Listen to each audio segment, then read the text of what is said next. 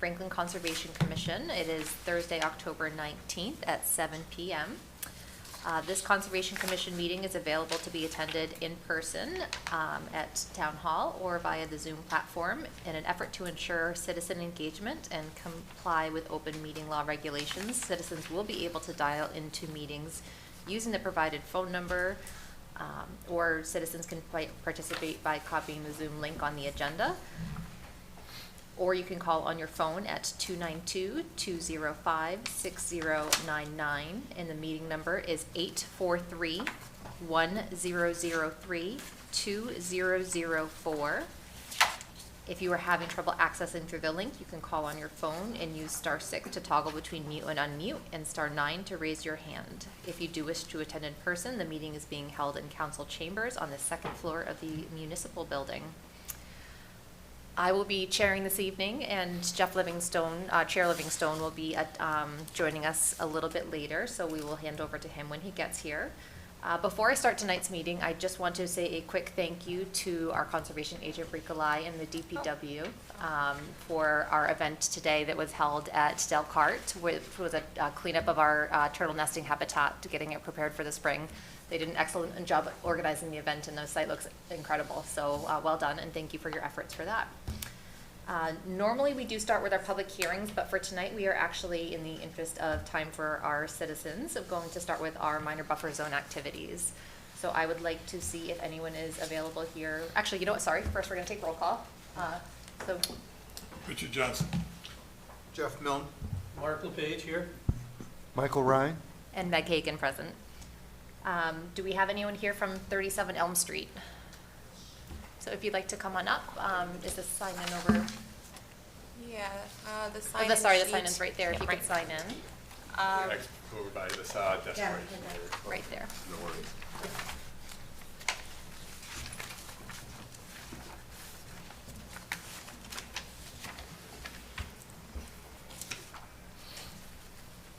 So once you sign in, if you could just state your name and address for the record, please. Certainly. This is Ken Steinhardt, 37 Elm Street. in Great, Franklin. Ken. And you're here today for a shed, is that correct? I'm sorry? You're here today for a shed, is that correct? Yes, that is Do correct. you want to give us a quick overview of? Certainly. of your project? We're looking to put a shed in on our property and to probably elevate it slightly with a concrete base to provide a barrier for water. And I'm not quite sure what you need to know beyond that. Is it, Brigla, do you have anything that you want to? No concerns for the record. That's actually a great photo. This is an existing disturbed area. It is well away from wetland resource areas. It's within the 50 to 100, and I have no concerns. It's also an exempt minor buffer zone activity. So. Great, so we're accepting existing disturb. Any questions or comments from the commission? All good, thank you. Looks good to me. All right. Well, I think if there's no other comments or questions, no concerns from Brigla, I think we're ready to go ahead and vote. Can I have a motion to approve the MBZA for 37 Elm Street? Yeah, I give you a motion to approve the minor buffer zone activity at 37 Elm Street.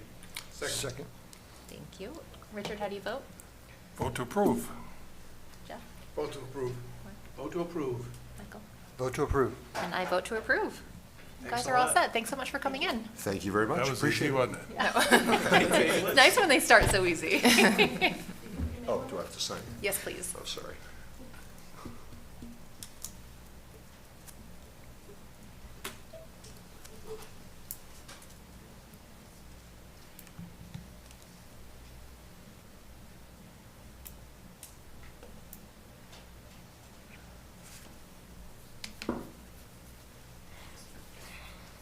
Thanks, Ken. Take care. Thank you very much. Thank you.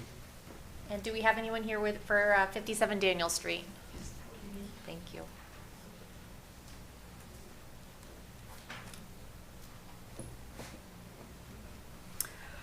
My name is Lynn Davis. I live at 57 Daniel Street. Fabulous. And the request is for modifying the buffer zone. I have two very large, I think Rika had a picture, I'm not sure if we have them, of trees that are exceeding the roof line. They're more than exceeding the roof line, they're exceeding the peaks on the roof. And I had an arborist take a look at them and called conservation agent to take a look at them, and they recommend that they come down. They're really only a few feet inside, but they come down, it's gonna go down to my house. So here I am with that request.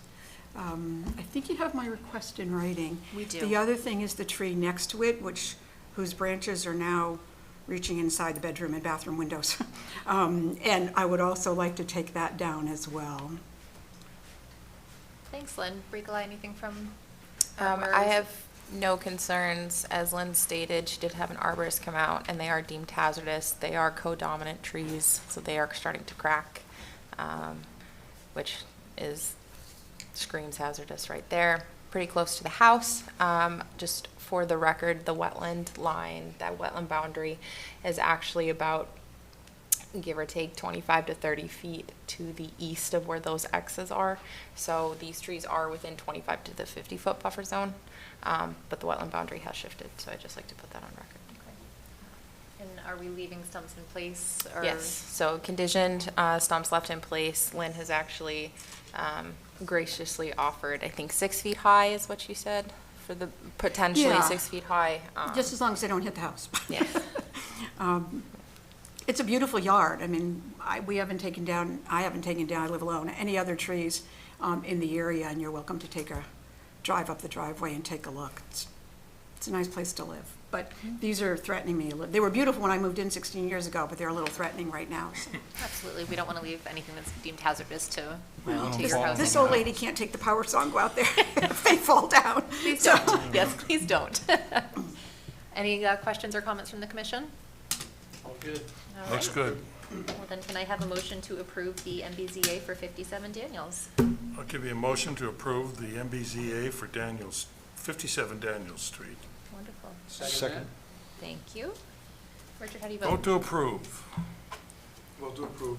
Vote to approve. Vote to approve. And I vote to approve. Thank you, Lynn. You're all Thank you set. for your time. Lynn, did you sign in on our form right there? If you I could just did. sign in, that would be fabulous. Thank you, Lynn.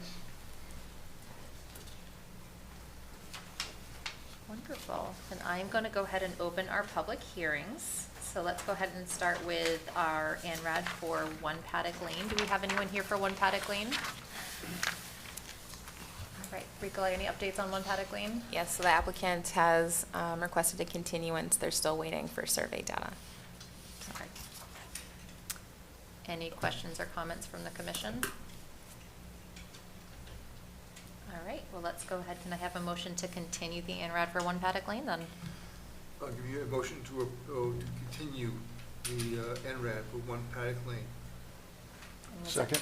Thank you. Richard, how do you vote? Vote to approve. Vote to approve. Vote to continue.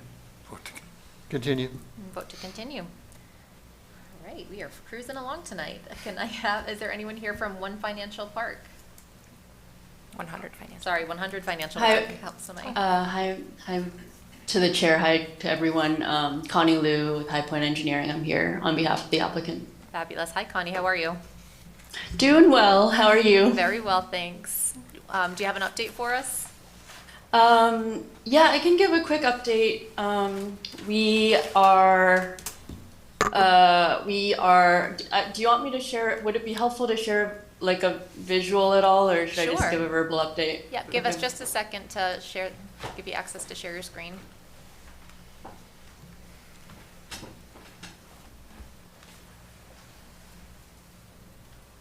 right. You should be all set. Great. Thank you. Thanks, Tyler. Okay, so we were last here in September, early September, and we went through the peer review letter from Beta item by item, and our understanding from there was that the only outstanding item was, which is a big one, is stormwater. So we have still been in the process of stormwater and traffic review and revisions with the planning board and with Beta. We are getting very close on stormwater. I know I said that at the beginning of September, but we are talking about fine details now. We're submitting our next set of plans tomorrow morning. So we should have well, we should have an update to the commission in the next, I would say in the next week. In the next week. I can give an update on the changes briefly. They are pretty minor from an overall layout point of view. I don't expect any changes to the impact areas for the resource areas. The changes from stormwater mainly have to do with the type of pre-treatment that we're using for the subsurface infiltration systems and the pipe configurations to try to make the rain gardens a little bit easier to maintain, and also to give more storage and water quality treatment. So we've been fine-tuning that, working closely with Beta. And like I said, we are submitting plans tomorrow morning. And then we'll be in with the planning board public hearing on Monday. We did get some comments from both the planning board and Beta's traffic engineer about some of the details of the site entrance. This is something that I've shown before. This is the same thing that I showed in September, and it is staying as is, except we have some comments about the type of pavement being used in this striped area and this striped area, and also like what will be used for traffic delineation. So those are pretty fine tuning details that I don't expect to impact our existing impact estimate on the buffer zones here. But if we do have any changes, I'll also submit a revised summary for the areas. So that's pretty much it. Once those stormwater changes and the site traffic changes are wrapped up, we'll be submitting updated plans, stormwater report, and anything else that's been revised to the commission. Great, thanks, Connie. Ricola, anything from your end that you wanted to? No comment. All right. Well, I guess it looks like we'll go ahead then, Connie, and you're good with continuing until we have the additional information? Great. Yep. Can I get a motion Okay. from, any commissioners have any comments or questions? And any comments or questions from the public on 100 Financial Park? Wonderful. Can I get a motion to continue the NOI for 100 Financial Park, please? Sure, I'll give you a motion to continue the notice of intent, 100 Financial Park till November 2nd at 7:02 PM. Second. Thank you. Richard, how do you vote? Vote to continue. Thank you. Vote to continue. Vote to continue. Continue. And I vote to continue as well. Thanks, Connie. Thanks, Connie. Thank you. All right, let's open the public hearing for the NOI for 15 Liberty Way. Do we have anyone here for 15 Liberty Way? Anyone on Zoom? No? The applicant requested a continuance. Okay. But I did confer with the applicant, and they were comfortable with me providing just a brief update. So if the commissioner calls, the applicant is looking to replicate and/or restore some wetland features on an existing sewer easement, town-owned sewer easement. So we had suggested that the applicant contact Water and Sewer Department to ensure that any sort of replication or restoration on a sewer easement would be feasible. So a site walk did occur with the deputy, Jake Stanley, deputy superintendent for Water and Sewer, and I did include an email in your Google Drive, email correspondence. He did have a site visit, but DPW is not comfortable with them replicating or planting any woody vegetation within the actual limits of the sewer main. On the periphery of the easement is negotiable. So that to be discussed at a later date, maybe some creative thinking with some replication, restoration in other locations. Or at the very least, sorry, one additional comment, it would have to be mowable vegetation. Can I ask a question? Sure. Or does that count as discussion? What question would you Are have? there other locations on the site that we can look at restoration? Potentially, but it may impact other existing resources, and I don't mean wetland resource areas, I just mean like the existing wooded area. Okay. But that's definitely something that I can pass back to the applicant, and I'm sure we'll be discussing in the near future. Sounds good. Any comments or questions from the commission? All good. All right, and any comments or questions from the public for 15 Liberty Way? All right, with that, I will take a motion to continue our NOI for 15 Liberty Way. I'll give you a motion to continue the NOI for 15 Liberty Way. Thank you, Jeff. Second that? Richard, how do you vote? Vote to continue. Vote to continue. Vote to continue. Continue? And I also vote to continue. Moving right along, we are at 0 Upper Union Street Solar, where our NOI will open the public hearing. Is anyone here from, how are you today? Good evening, Colleen DiBenedetto. I'm a development manager with Volta Energy and for the applicant VS Union Solar Smart LLC. We wanted to give the commission a brief update tonight and then request a continuance. I believe joining us by the screen is Andrew. There he is, okay? So he'll give us an update. Thank you. Fabulous. Hi, Andrew. Hi guys, how are you? Good, thanks for joining us. Absolutely, thanks for having us. So for the record, this is Andrew Teeb with Goddard Consulting. As Colleen said, we're here just to give the commission a brief update as a little bit of time has passed and then request a continuance to the next meeting. Thank you. So at this time, on September 28th, I met Brie Gillai and Jonathan Nero out on the site to review the wetland delineation. On that site walk, we flagged an isolated wetland and we revised a couple flags at the pinch point on our roadway. So we had survey go back out there, and at this point, they've picked up all the new flags. So the field work and the field review over there is all set. But now, so the 25-foot buffer zone that we're working with at our pinch point, the road that's going in between would have a little bit more of an encroachment now. So we're working through finding a few different areas for increased mitigation. So I had visited the site this week, just looking for some additional areas where we can provide more mitigation to maintain that 2-to-1 ratio. So that's all coming up to the commission. We expect to have materials to the commission next week and attend the next meeting with a significant discussion.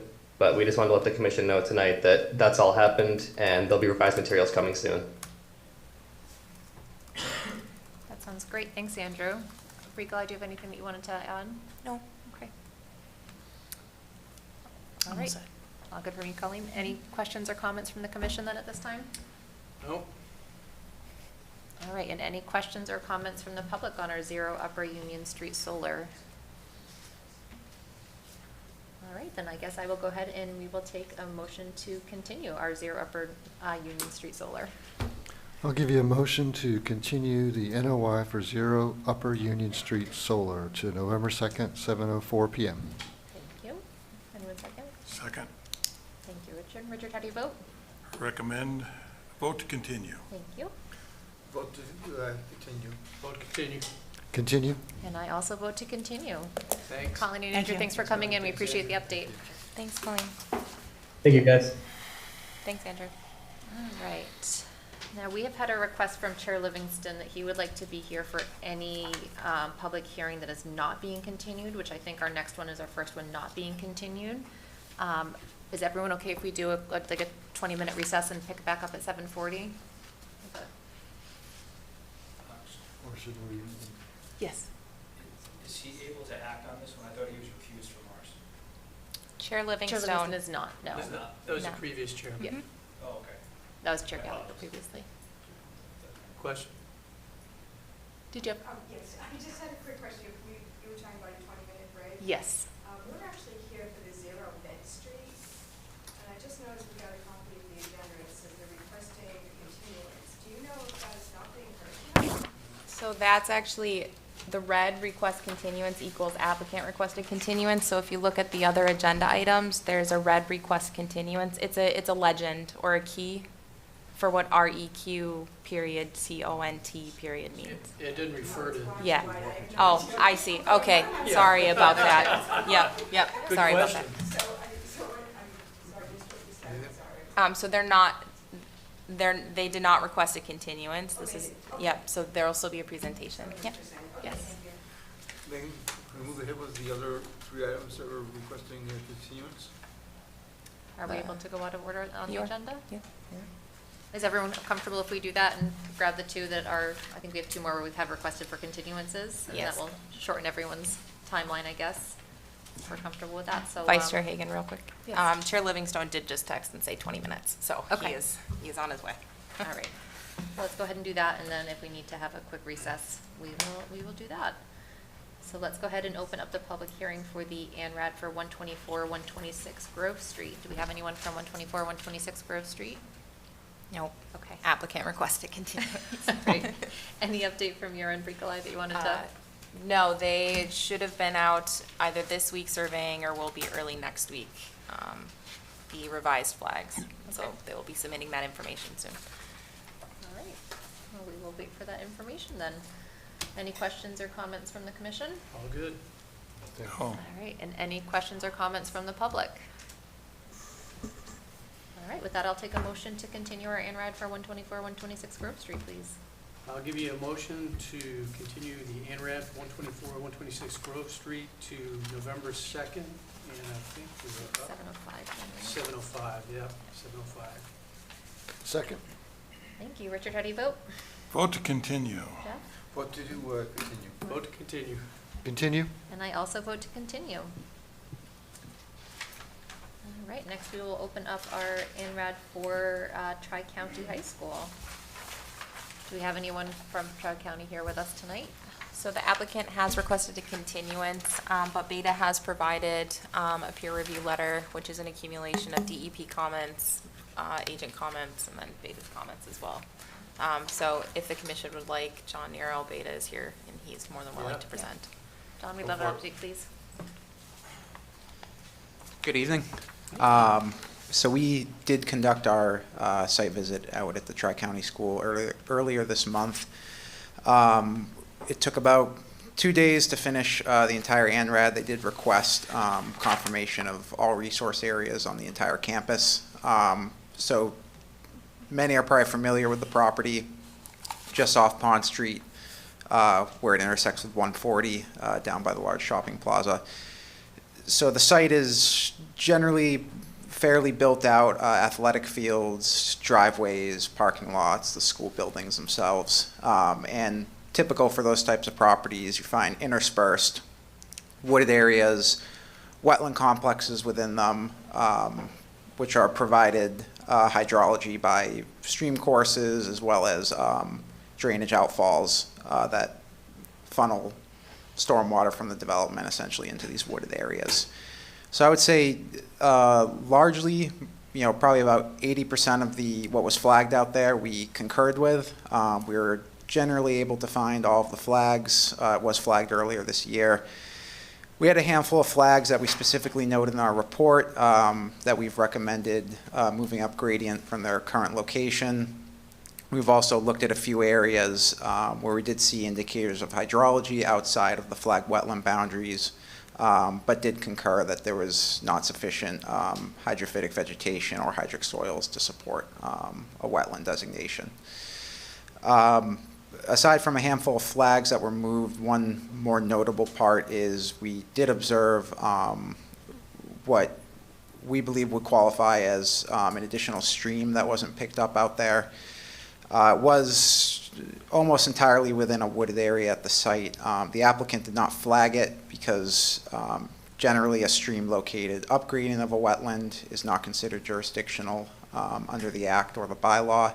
However, we did find some fringe wetland located along a segment of that stream course, so we did identify that as well as the stream itself as features that should be delineated and flagged in the field. So we also took a look at the sort of a kind of a whole different topic, is there's eastern end of the site, there's actually a solar field that was put in, I believe around 2016. It went through permitting. Much of the permit process actually predates even Beta's involvement working with the town planning board or conservation commission. So that was put up somewhere around 2016. So I can't confirm what existing conditions were there prior, but I can say based on our site visit, we did note in the applicant's delineation report, it was noted that this area was sort of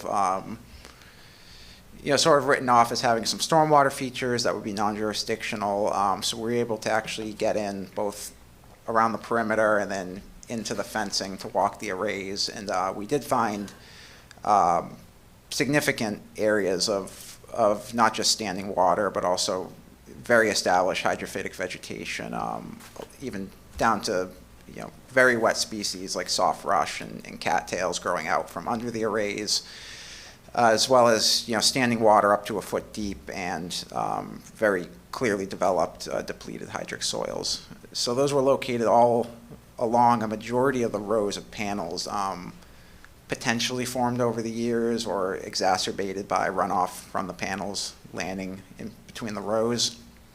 What we also observed is some even larger, deeper areas of standing water at the south end of the array. So there's one area at the southeast portion of the array that we took a close look at vegetation and soils and concurred that whether or not it was intended as a stormwater feature, it would not be considered a jurisdictional wetland. However, on the southwest there that you can see in the green is we did observe what I would consider a fairly sizable emergent wetland, pretty well vegetated with cattail, soft rush, woolgrass. And actually, while we were out there, we're not in vernal pool breeding season right now, and we weren't doing any sort of vernal pool studies, but we did hear a call from at least one wood frog, and we did see a caddisfly larvae molt in the water, both indicator species of vernal pools. And so then we walked kind of all along that green area you see highlighted there. And then there's actually a swale, what was presumably a historically constructed swale connecting to that, draining this area, which would be considered a stream, should that, what we feel is a vegetated wetland that we walked, be considered a vegetated wetland. So we did note, with all these observations in the solar field, that the applicant does have the ability to provide evidence that these were constructed as stormwater features in accordance with the Mass DEP Stormwater Handbook. And given the more recent age of the development, it's possible that these could be considered non-jurisdictional under the Act, but still potentially jurisdictional under the bylaw. And without that evidence, they would likely be jurisdictional under both the Act and the bylaw, at least that area at the southwest there. And we observed actually very similar conditions also to the north and northwest, along the fence line and wrapping around the north side there. So, I think generally what we observed within the flagged areas, kind of more centrally located in the campus, I think will be a pretty easy discussion in the field. If the applicant's amenable to moving a handful of flags and adding some additional flags. However, we do feel that a more detailed discussion should be had regarding this solar field area if the applicant does wish to have the ANRAD cover the entirety of the property. So we, at the applicant's request, we did submit an amendment to our scope to go out there for a day with them, take a look at all these areas in detail, and hopefully come to an agreement. Before we do that site visit, we did request that the applicant submit any information they would like on the development history of the solar area to see if there's any sort of regulatory considerations given how the development was constructed. That's really the long and short of it. We found the plans to be, very generally administratively complete and detailed and easy to follow in the field. We just, as I said, wanted to get some clarification on a handful of areas within the campus proper, and then also have a more detailed look at this solar array area. Thank you. Can I ask Jonathan Yeah. for the, or Rico, I'm not sure who will have the best answer for me. So just to clarify what you were saying for the, where we see the two BBWs there, there's potential that those were designed as stormwater basins, is that? Potentially, that's what the applicant had indicated. To be honest, if that wasn't included in the report, if I was just out there walking around, they do look like fairly well-established wetlands. However, you know, the applicant does have the ability to provide that information to dispute that. How long has this solar array been there? 2016, I think. Yeah, and then 2000. finished in 2018 based Is it on gonna aerial remain imagery. there in this? Based on aerial imagery. So this is just an ANRAD, so we don't have final project plans. We don't know. Yeah, So right now, we're just here to determine what resources are on the property. right. If it is a stormwater basin, does it need to be maintained throughout its history to be excluded from the regs? Right, so that is a portion of it. So the way the regs read is, you know, it's a feature is considered not to be a jurisdictional wetland if it's, you know, constructed, improved, and/or maintained after, I believe, 1998 is the year. So in this case, you know, it was, if it is a stormwater feature, would have been constructed fairly recently.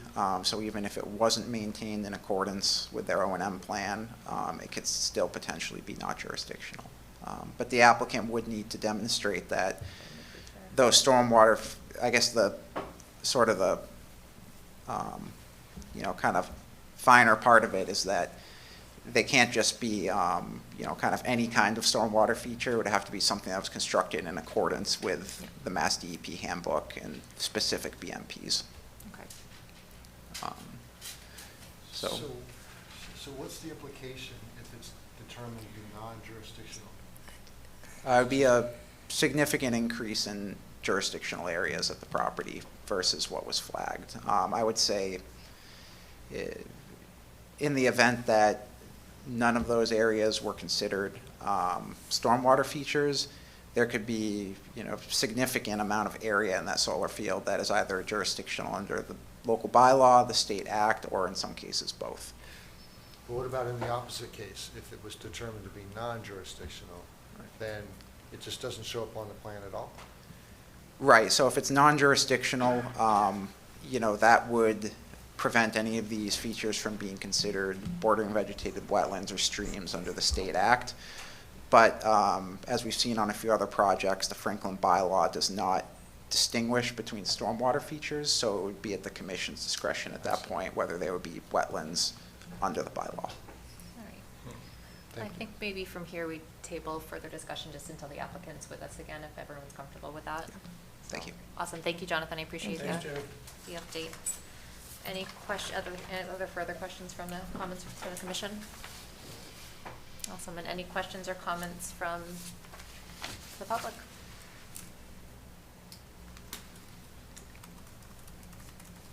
Rico, I'm sorry, did you have anything else you Oh, wanted to add? sorry. to No, that? I did not. Okay, sorry, thank you. No, thank you. All right, well, with that, I think we can go ahead and take a motion to continue the ANRAD for Tri-County. Give me a motion to continue the ANRAD for Tri-County Regional Vocational Technical High School Great, to thanks, Richard. November 2nd at 7:07 or 6? We're 7:06 now. 6. Second? Thanks, Michael. Richard, how do you vote? Vote to continue. Vote to continue. Vote to continue. Continue? And I also vote to continue. All right. Looks like that covers all of our public hearings that have requested a continuance. Looks like we are, go ahead and we'll take a 6-minute recess and we will reconvene at 7:40. Thanks, everyone. All right. Recording stopped.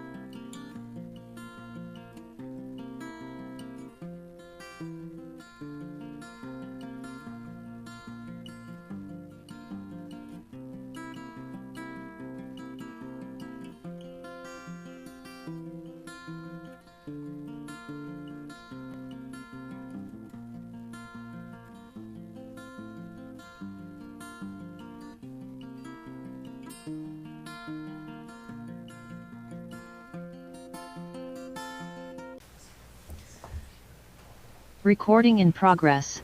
So Yep. we will call our meeting back into order. So Chris, Chair Livingstone has had a little bit of traffic. He's about 5 minutes out. Are you comfortable with us starting? You can start the presentation and Chair Livingstone will join us when he joins, or I can do another recess for an additional 5 minutes if you'd prefer to wait for him to be here for the full conversation. You're asking us? Yeah, what would you, yeah. Whatever's your pleasure. Okay. We're not rushed, whatever works. You guys comfortable if we just start with, yeah, Is Chair comfortable with that? that's a good question. I'm sure he's fine with that. Yeah. Hi. If you're doing that, could you just skip them and go to me and I can go home? I hope you guys give me good news tonight, just optimistic.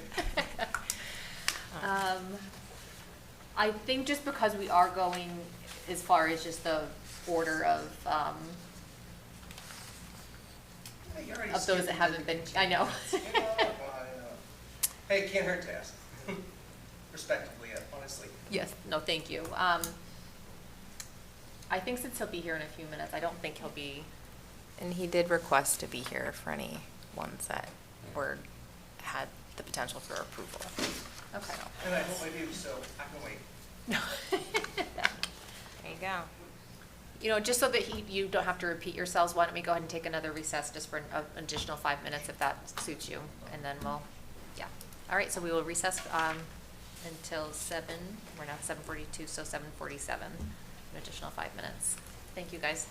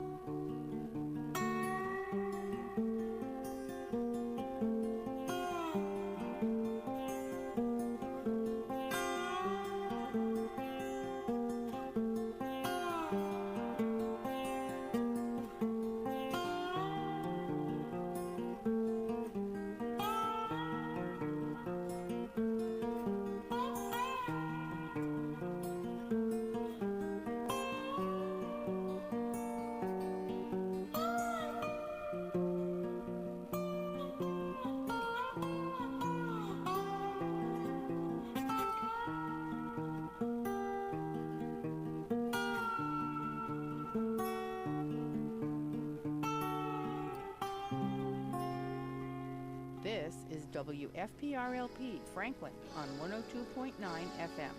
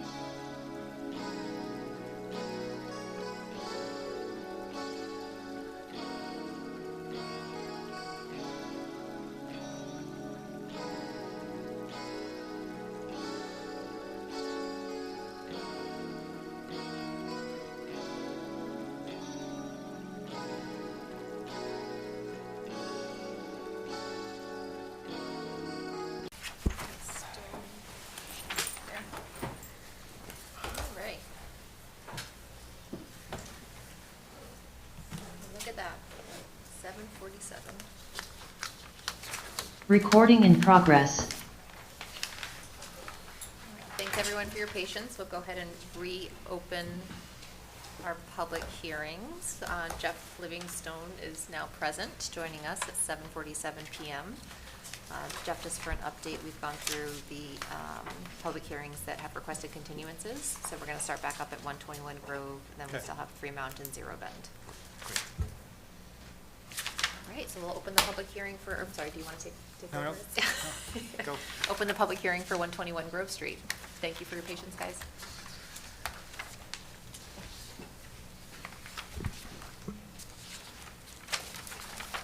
Madam Chair? Yes. I'm John Scheib, Fairfield Residential. Thanks a lot for letting us come here tonight. Chris Lucas with Lucas Environmental. How are you, Chris? Just to recap, we are here to discuss some soil investigations that we would like to perform on this property at 121 Grove Street. 121 Grove Street is about 30 acres of land developed with a farmhouse, some formerly agricultural use land, wooded, and some fields. If you recall, I think we all walked it in the spring, and an order of resource area delineation was issued in May of this year. And then around mid-June, I approached Bricolai about our wanting to perform some test pits in anticipation of potentially developing the land. We were asked to file an RDA, which we did in early July. And then we were here before you last, I think on the 27th of July, at a hearing. There were some questions asked. Then we, the developers, had to take a little bit of a diversion and address some other permitting concerns. Those have been resolved to a satisfactory point at this time. So we wanted to resume the conversations. Thank you for your patience. So in late August, early September, I think, we did a couple of things. We submitted some supplemental information, and a peer review was performed. We responded to the peer review. And at that juncture, I'm going to turn it to Chris. Our hope is, of course, to try to get your acquiescence for us to move forward with performing the test pits, and hope that it's deemed relatively innocuous, pretty straightforward, industry standard operation. And with that, I'll just turn it to Chris to review the fun details. Great, thanks, John. Thanks. Thanks, John. Thanks, Chris. For the record, my name is Chris Lucas, professional and certified wetland scientist and professional soil scientist. We're here on behalf of Fairfield Residential. I'm just going to give a brief summary for those who may not have been here last time. It's been a while. The RDA was originally filed July 6th. We received initial comments from Bricolai and responded to those on July 14th. So it's in the record.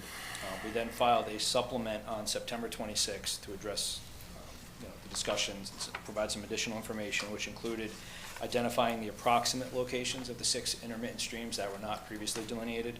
So you do have a plan now showing the approximate locations of where they are in the plan, per Beta's previous review during the NRAD process. And we've also identified the access routes.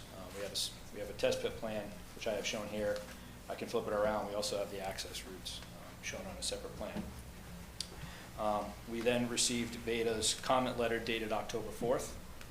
We responded with an additional supplement to address all their comments on October 11th. They had 2 administrative comments and 6 technical, which I'll get into in a moment. Again, just brief history. Grove Street's located here to the east. We have a large wetland system bisecting the property here. This is wetland A and stream 2. This was an area of discussion for the majority of the discussion through the ANRAD process. We're showing as BBW connected to that system now. We also have another large system here, which consists of wetland B and a stream flowing here down towards Grove Street. We have an upland area here. We've also identified an off-site wetland at the request of the agent that was here from a former delineation that was done for the utility here. So this is much more accurate than any GIS. GIS data doesn't even show anything there. So we've identified the buffers here. We also have that small isolated wetland that was identified through the NRED process. And we have the buffers added to the plan here. We're showing the 25, 50, and 100-foot buffer. We have 3 test pits. 1, 2, and 3 are proposed south of this stream in this upland area. We have a number of test pits through here. There's test pits 4 through 22 and 36 to 38. These are all in the center of the site. They do not require any stream or wetland crossings to access. None of them are located within 25 feet. Everything is greater than 25 feet from resource areas. And a lot of these are located in the fields here. Some are, a couple are up in the wooded portions of the site. And then north of this wetland system, we have test pits 23 to 35 north of wetland A and stream 2. To access these, you have a copy of this plan. Thanks. Test pit access plan. We're showing the access to these areas, so these will be coming through the field to access most of these areas so we can avoid vegetation. To get to this portion of this area, we will be proposing to cross this intermittent stream. We are not touching any of the wetland. We're proposing it at the narrowest point, which is the stream. And just to bear in mind, this is an open field that's being actively maintained. So we're not clearing vegetation. We're not damaging any wetlands here. Similar here, we're going to be going through, many of you, this location right here, where we're cutting through the wetland, this was that area we did the site walk. It was all moved. So again, we don't anticipate any vegetation clearing. There's a little pinch point. We're going to cross over the culvert here. There's a small pine shrub that may need to get clipped. If not, the excavator will just push aside. But again, that's outside the wetland right there. And then we'll be accessing through here. So we're crossing the stream over the culvert. We don't need to actually cross the stream otherwise. Rubber tired? Yep. We're proposing use of a rubber trap mounted excavator. It will cross this once to get back here, do the test pits, and cross again to leave. Literally twice. Same here. We'll cross once to get in, conduct the test pits, and go back over.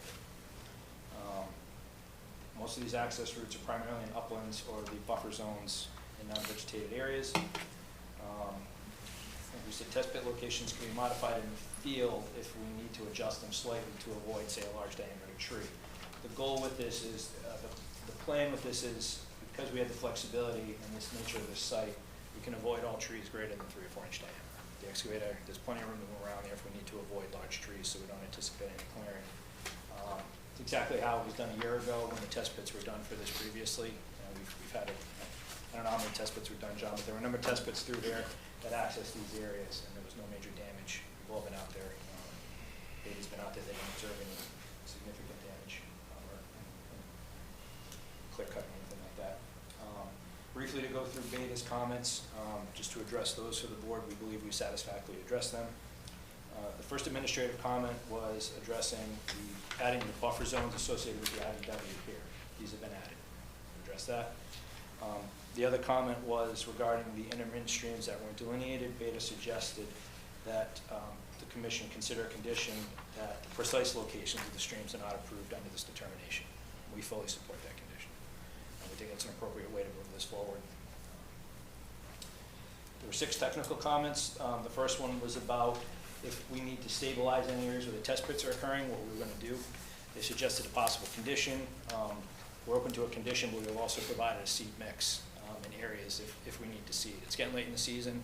I think there will be an assessment when the work's done. If we need to seed, we will, if there are areas that are opened up. But I believe that should address that. Their second technical comment was regarding test pits in forested areas. They made a comment about potentially flagging the access routes through the area. We don't think that's necessary. I think this is a pretty open site. I understand the concern, but it's also not industry practice to flag every site for test pits and access routes. This is a very common engineering practice to the point DEP doesn't even feel it needs to be regulated. It's exempt if you're outside of the buffer, if you're in a buffer but outside of a wetland. So we don't feel that's necessary. It's been done on the site before without issue. We have open areas. We don't feel that that's necessary. And like we said, we are planning to avoid any substantial vegetation, trees 3 to 4 inch caliber or greater. Technical comment number 3 There was a discussion about the access of these 3 test pits and if we could come off Grove Street. This was something we actually discussed before this was even filed, because I asked the same question, you know, can we avoid this and come off Grove Street? The issue is here, we have some steep slopes, and it creates a safety issue. There's no substantial shoulder here where we can unload equipment. It creates a safety concern having to use the roadway. You know, I think this would be a more serious discussion if this wasn't an open field where it's being mowed. If this was a pristine stream, then this might be something that we could discuss further, but this is a better route to come in and a safer route to avoid any safety issues on Grove Street. So, There's no shoulder. there's no shoulder, right? So, and it would likely require more clearing of vegetation. We may not be able to honor 3 or 4 inch because there are a lot of trees here. We might be able to snake it through, but again, steeper grades, it's just really no safe access.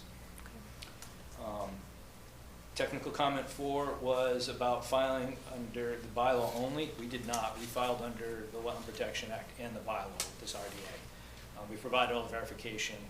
Everything was repackaged and sent to DEP, so we have the documentation was submitted to Reply, so you have that on record that we did file everything with DEP, including the supplements, so they have a copy of everything.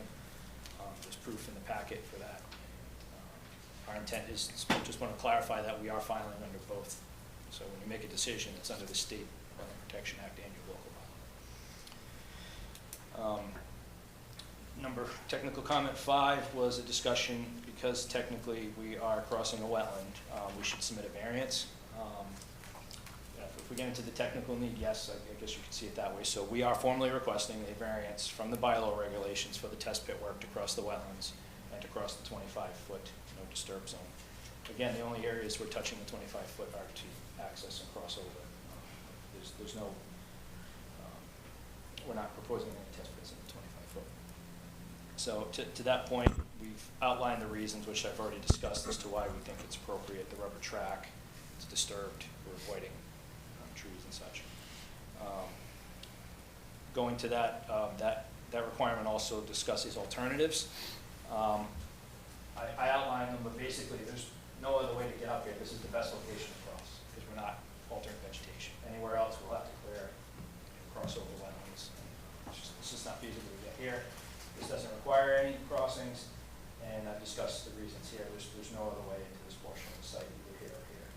So, we've outlined that, though, so you have it on the record, so you can make a decision on that.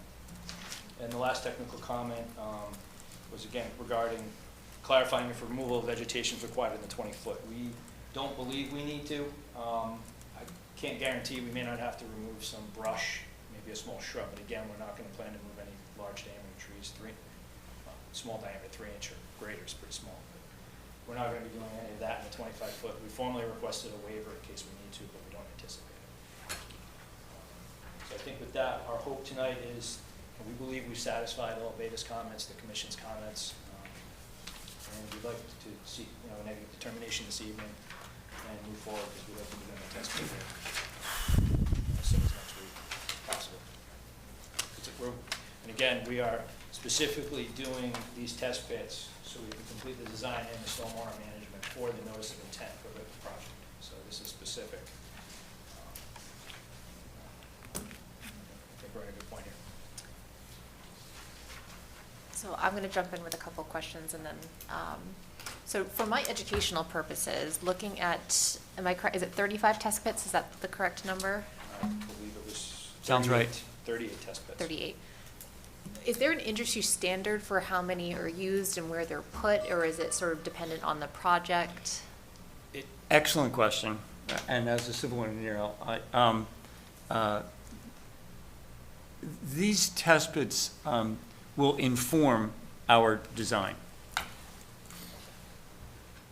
If we do these test pits and we find not very good information, it could severely limit the extent of the project's program. If there was an area where we thought, for instance, a large stormwater basin could be constructed, you might need 2 test pits in that basin. We develop projects where we actually prefer to not have one really big ugly basin surrounded by a fence. We like to have pockets of small wetland, what do you call it, wet basins, small pockets of surface detention, a mix of infiltration. And so on a 30-acre project with the opportunity to kind of spread things out, we would prefer that type of a stormwater management system. And that unfortunately requires pockets of the multiple test pits. Okay. Yeah. But there's no sort of standard, like, you usually do X number of test pits per acre, that sort of thing. It just is all project dependent on where you're looking to put stormwater management. That's correct. Okay. Thank you for that. When we previously done the test pits on the site, have we put down mats as well, or was the same machinery used previously? I think we used rubber tired, I don't remember. I don't know, I wasn't Yeah. involved with that. Yeah. I don't remember if we used track mounted or rubber tire machinery. But I do know that the rubber track is the least impactful, so. And then I think my other question, just looking at the intermittent streams, how many intermittent streams do we not have flagged at this point? According to Beta 6, Okay. so this is the plan we provided to the commission showing Yeah. proximate locations. So there's a potential intermittent stream here, we did not delineate. We delineated this one. We delineated this area in green was delineated.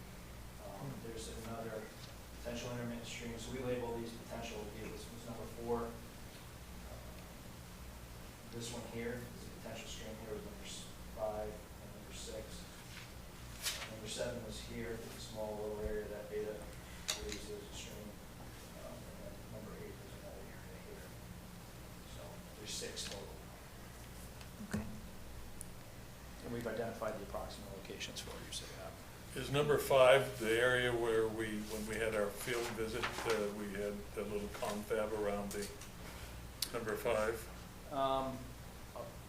When we met, we were over here. Oh, over there, This is, okay. this was that isolated wetland sea. Yeah, This okay. is the area to be between the two where we connected them to move this along and work with the board here, so. Yeah. We met here, and this was that open area in the field where it's being moved. Okay, thank you. So I think just from discussion on our end, I was trying to look into what the actual regs are, knowing that the intermittent streams are protected under the act, not our local bylaw, and being complete with the purpose of our RDAs and actually flagging our resources to be consistent and complete. And so then I also kind of went back to look at what have we required previously from other applicants, including residents.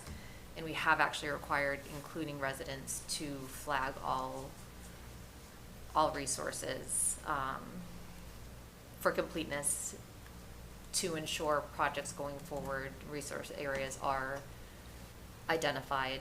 I think risks of us not having them identified, we're looking at, if there's anyone else on the site and it's not an identified resource, can errors be made in resources then be affected in a negative way because they don't know if it's there. So that is my concern if we don't.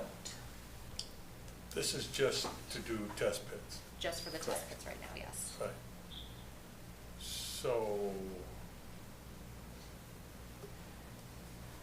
it's a fairly minor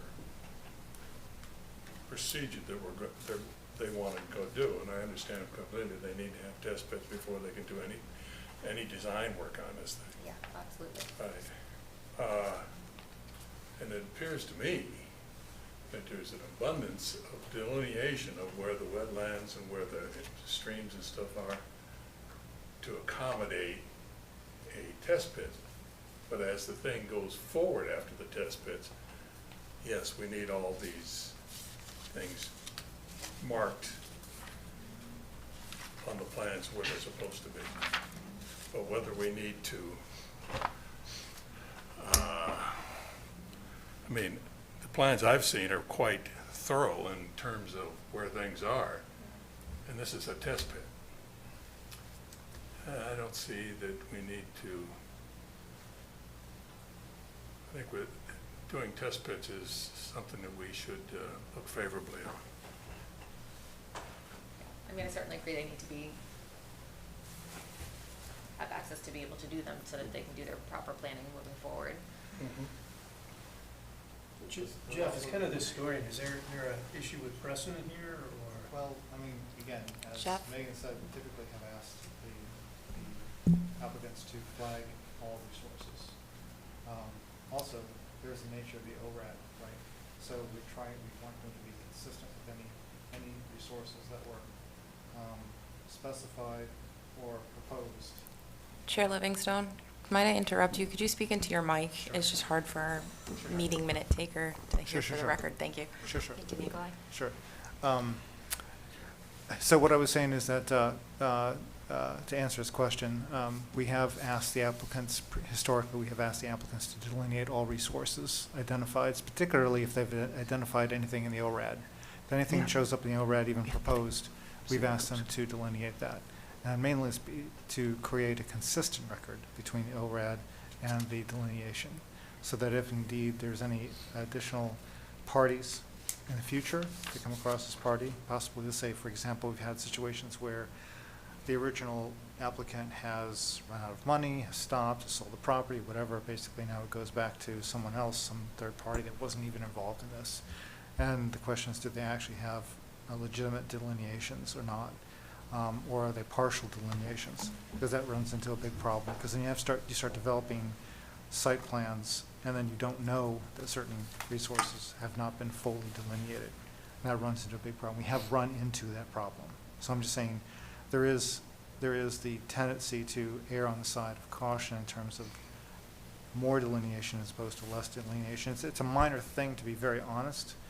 That's comment one. Comment two is, again, just standing back arm's length from this project. As anyone who is familiar with this particular makeup of this commission is aware, we try to have a balanced perspective. You know, we try to understand what the applicants are trying to do, what their objectives are. We don't want to get in the way of development. We don't want to get in the way of progress per se, right? We don't, right? We have the laws to uphold and the bylaws to uphold, but we don't want to necessarily do that. So in this case, we do understand that it is October, it's mid-October, it's like almost the end of October, right? Winter's coming, construction is needed to start, right? There's probably a great deal of pressure on the back end of the applicant to start, right? Because there's a small time window. Is that? Right. I mean, Yeah, oh, yeah, I'm assuming that's absolutely. true. I'm assuming Yeah. that's true. And also, this has probably gone on at least a couple of months longer than the applicant originally thought it was going to. Okay, so we as a commission typically are very mindful of this, right? So, so just so you know, there was an independent discussion about process, about when we get into these kinds of situations. Is there something that we could do administrative, some sort of modification or to the process whereby we could meet the needs of the commission in terms of delineation without asking the client to once again defer yet another 2 weeks and then have to come back to another meeting, because we know that is what the applicant does not want to do, because again, as I said, all the pressures on the applicant, the weather, the timing, et cetera, right? Thank you. So we're trying very hard to think about how can we do this. And there was an idea that came up that we think that we can do. And it was actually proposed by Brika earlier this week, and I thought it was a great idea, right? It it was a compromise that got us what we needed, but actually allowed the applicant to move forward. And I'd like us to possibly talk about that if we can, right? But again, it was Brika's idea. It was a brilliant idea, I thought. Could I ask Brika could you describe that, please? Sure. So the idea was that I receive administrative approval from the commission and that the applicant, I'm going to read it in condition terms, condition language, shall delineate the intermittent streams as identified in the ORAD and required in the ORAD for any future permit filings prior to the start of work. So that means tomorrow, Mr. Lucas, you could go out and feasibly delineate all the streams, provide me an updated plan. They could be midstream if that's fine, and then I would approve it on behalf of the commission and we can move forward. That would So be- we could close out the So we hearing could close. We could tonight. do a negative determination with conditions. Yeah, yes. right. Conditions, but Yep. like that. So we could do that. So we thought that was a fairly reasonable compromise. Is that practical? I can't get out tomorrow, I'm on another field site. Well, But we'll have to address that, but I mean, is it practical for a environmental engineer to be able to walk in one day and navigate through the brush and flag? I guess if you did it, yeah, in concert, it's just a hike, right? There's a bit of Well, work. like, so he would delineate and I would get a plan and then I can review.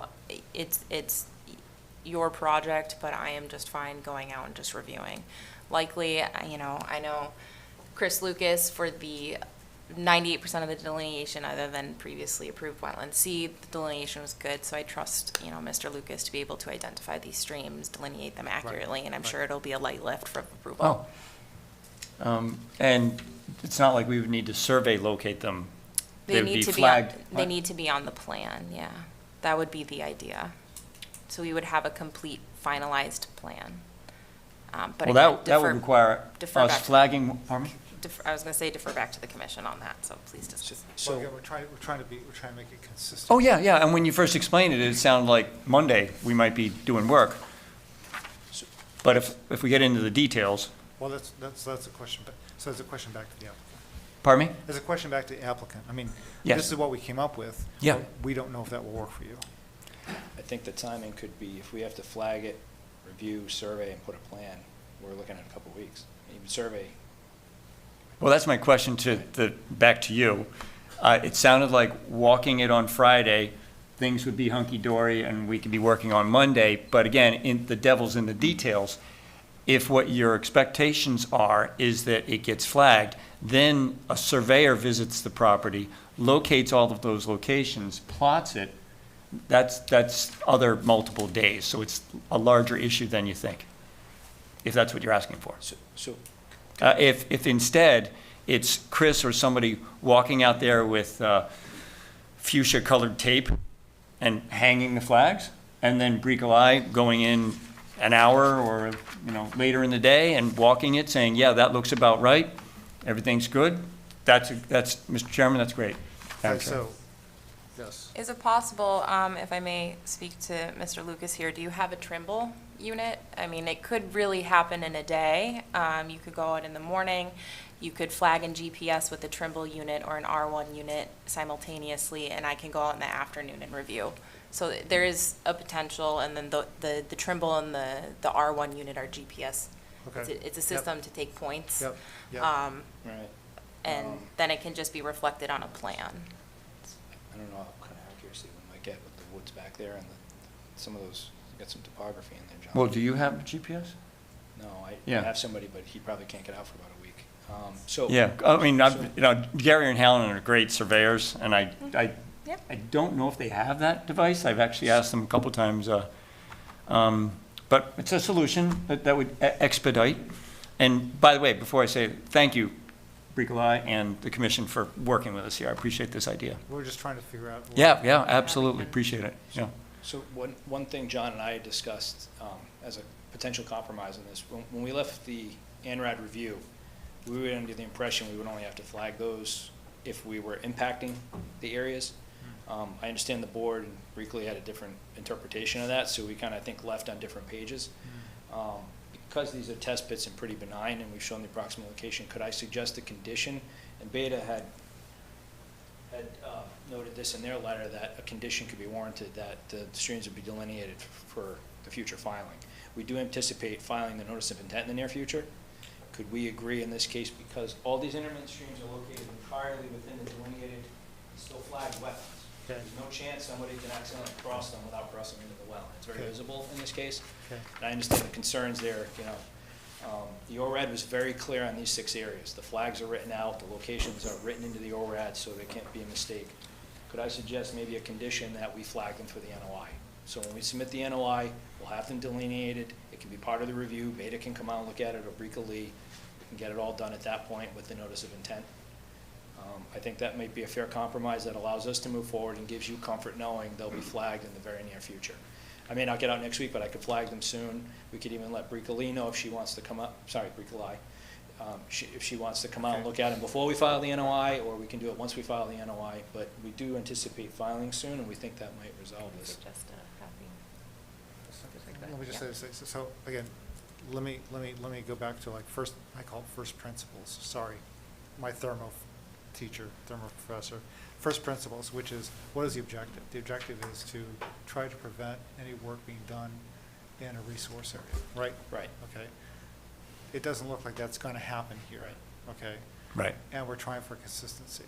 So clearly, the work itself doesn't happen until after the NOI process. So it I'm does sorry, the make what? after the NOI process, right? So I'm just saying, I mean, that's downstream. Aside from test Yep. pits. Down from, Right. From test pits, right. So it does make sense, what you're suggesting does make sense. Because we're looking for consistency with the ORAD that would provide it, right? As you said, there's 0 chance that there's going to be a problem because they're already on the ORAD and you have no intention of doing any kind of work in these areas anyway, right? Correct. So I do think logistically that does make sense to do, to allow you to get the work started, at least the planning process, to get the work engaged. And I mean, I don't, you guys can. I agree 100%. Yeah, I mean, I think we'd like to move it along, right? Yeah, If yeah. there's not an issue with precedent consistency, right, I right. feel confident. I mean, we just, at some point, it needs to be done before Yeah. the project's over. At some point, we need to get it Okay, yes. delineated. Right, yeah, But yeah. we can And do they're test not pits. saying they're not going to do Yeah. that. Yeah, that's not right. what they're saying. They're saying, we need to get going. I agree Can we with do you. that closer to the actual work being done? Yeah. As opposed to the test Right. pits? Exactly. I think that does make sense. Yes, So, yes? I agree. Do we all agree? My Yeah. only concern. Yes. Sorry. Go ahead. Intermittent streams, possibly 7 and 8 up here, I think, are relatively close to where those test pits are. Would we be able to just flag those to ensure that no resource area is touched without mapping it, just flag so that it's a visual for, Just give it some sort of visual that, hey, warning, Yeah. this is an area. this is a resource This is a area? resource Where's area. that? So these streams don't extend beyond the wetland, they're entire, so this wetland is still flat. So there's a BBW edge of gradient of the streams. Okay, So, that you won't be going within that, and we're not even within 25 feet. 25 foot So of you've that. got a 25-foot buffer plus a BBW Okay, swath before you hit the stream too, before you Okay. hit the bank. okay. So there's, the stream's right here, you've got this swath, this looks like about 25 feet, and obviously that's approximately, it's 20 Right. feet, so, Right. and then you've got additional 25-foot buffer, so. Good. The test pits in that area, the closest one is almost on 50 foot, so you'd be almost 70, 75 feet from that stream. Okay, With the visual barrier of the wetland flags. okay. So, we do hear your concern there, but I think that's addressed in this particular case, Okay, all right. if that makes sense. It does make sense. Thanks. I mean, I think we're comfortable with that. Thanks very much. Okay.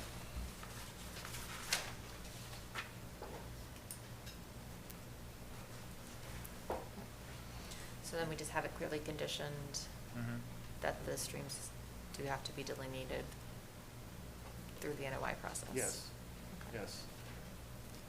And we fully understand that. Which they- And Madam actually, Madam Chair, might I ask a question? So Yes. the language that I have in the ORAD is that these resource areas will be identified and/or approximated on any future permitting plans. So you would like me to stick that and put notice of intent? Yes, Okay. yes. That's good. Thank you for I think clarifying. that fixes it, yes. Yep, Yes. thank you. Thank you. Okay. Brica, do you have any more comments that you'd Yeah, like to add? so I do. As you all see, I have varying conditions based on how your discussion went, so I can go through that. I did have a new one as I was thinking. I would like to recommend to the commission that the applicant provide documentation as part of this RDA for the previous test pits that were unpermitted. I don't have documentation of the test pits that occurred prior to this that had wetland crossings. I don't know if they were filed with DEP. So I would just ask to bring you guys into full compliance with DEP and then the local conservation commission that documentation is provided, as we would for after the fact filings. It does not impact the determination. I would just like to continue it so the applicant is brought into compliance.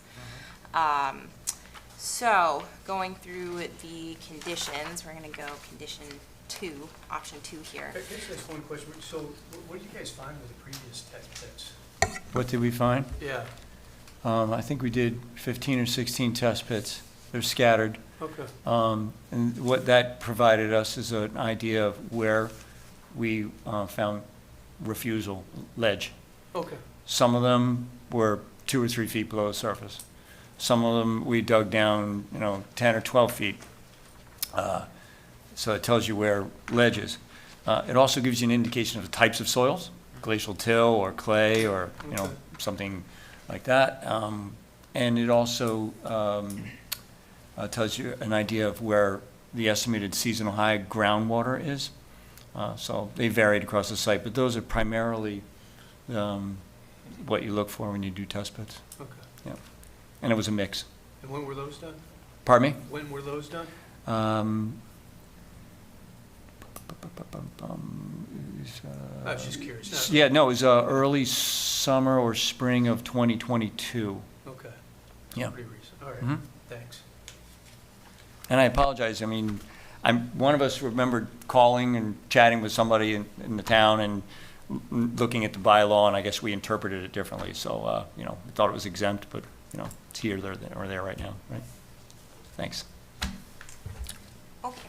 So moving on with conditions, the precise locations of the intermittent streams and associated inland bank and land underwater, north of flag BF2-74, east of BF2-2, east of flag WFA-69, and south of flag BF1-101, east of flag WFA-65, south of flag WFA-109, and east of flag WFB-64 were observed in the field by the Franklin Conservation Commission and are not included on the plan dated April 3rd, 2023 from the previously approved ORAD and are not approved or verified through this determination of applicability. These resource areas shall be identified and or approximated on any future plans relating to a notice of intent. So there are also 2 conditions that I would like to defer to the commission. They're either or, depending on your concern that you expressed over tree removal. Would you like me to read them out loud, or would you like to read them in the agent? Is there a copy I could see? The agent report? It's on the webpage, yep. There might not be a printed copy. Is there? Okay, Thanks, never mind Tyler. then. Oh, thanks very much. Do we anticipate they're going to have to cut a bunch of trees down? So they included in their letter that they would avoid trees of 3 to 4 inch caliber. So ideally that is enforceable, but the commission, regardless, as we discussed actually at the last meeting, even if it's in a permit or a letter, the commission still likes to condition those type of things. So there's 2 different options for conditioning that, either that they are flagged ahead of time and reviewed on site, not on a plan, not surveyed, or that Chris Lucas, wetland scientist, or anyone in his company is there during the day to help identify what trees are there, especially since it's the applicant has noted that they cannot confirm what access routes they're actually taking. It'll be based on site conditions at the time. So if there's a tree 50 to 75 feet away from the wetland that we think is blocking access, you want us to do what? So Mr. Lucas included in his supplemental review letter that trees over 3 to 4 inch caliper would be avoided. Yeah, we'll avoid it. Yeah, so that's what that's the conditions that are proposed. There's 2 different options for the commission to discuss and consider. So. So to clarify, are you asking, are you asking us to flag all the trees greater than 3 inches in the area? I am deferring No, it we're to the gonna avoid commission them. right now We're to gonna avoid it, discuss. right. Yeah, It was Yeah, planning yeah. commission. Sorry, Madam Chair, Mr. No. Chair, we're gonna avoid the, I think- we didn't mean to interrupt. No, I think what's being asked is, will there be someone on site? Oh, yeah. To make sure. And Yeah. that's what, that's one of the options is and I think that's the more palatable option is, because you probably will have someone on site, so just condition, you will have someone on site. Right. To make sure that this is done. You are trying to avoid, cutting the street down. That's it. Absolutely, yeah, Right. yeah. And I think it's gonna happen anyway. So, And the person on site, there's the person operating the machine, but then we also need an engineer there to actually witness the test pits, and that'll be the responsible party that's, Right.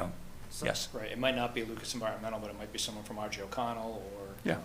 yeah, someone that So- basically understands that Right. that is what you're trying to avoid. So that they can Exactly. tell the people that operating the machinery who may not, really care. frankly. Exactly. They just clear the site, right? Yes, Okay, thank you, Just yeah. make sure, whoa, just hold on, Right. That's it. So the way this reads is we're talking about a presiding wetland scientist, but we're going to be okay with an engineer? I mean, that's. I think someone, I think anyone who can identify the caliber of a tree. I is just, fine. we gotta make sure. I we don't get think it. it has to be, Yeah. in my personal opinion. it's Okay. What, I can read it and change it as I read Yeah, it, so just wanna I'd make like sure you we to get it say. accurate there. Yeah. An authoritative body, Yeah. someone. Well, it has to be somebody there, that's the Someone purpose of the test. someone that has a ruler can do this. Right on. Okay. Just some understanding that that's What the, does it mean 3 to 4 inches? Is it 3 inches? Is it 4 inches? It's Well, we always said 3 3 or inches. 4, so it'd be anything 3 or greater. Okay. 3-inch caliper or greater, we would. Yeah, 3 inch, I Okay. mean, So, yeah, 3 or 3 greater, inches. whatever, yeah. I mean, small, yeah, yeah, I mean, yeah. Okay. and we understand that it may not be completely possible in all cases to do that. You try to avoid them, but that doesn't mean you can't do, whatever you can do, you will do. Sure. That's fair. Thanks.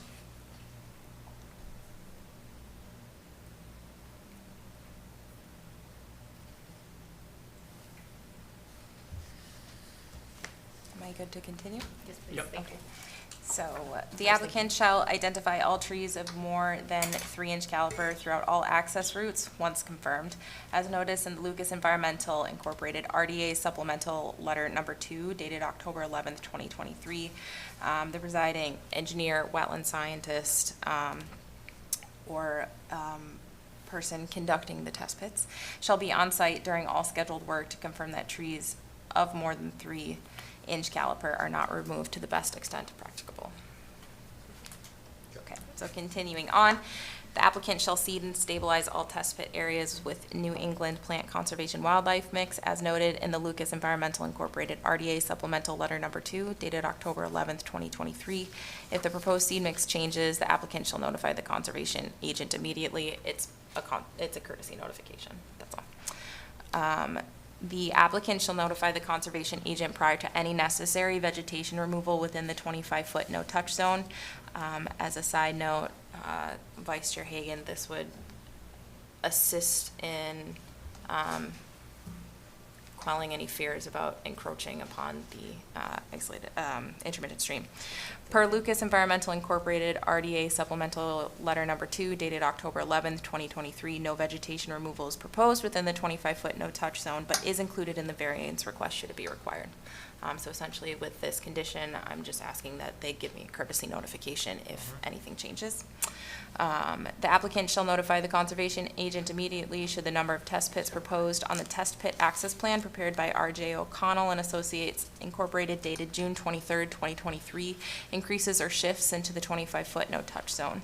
The applicant should refrain from continuing work until approval from the conservation agent. The Conservation Commission grants the conservation agent administrative approval to accept and approve any proposed changes.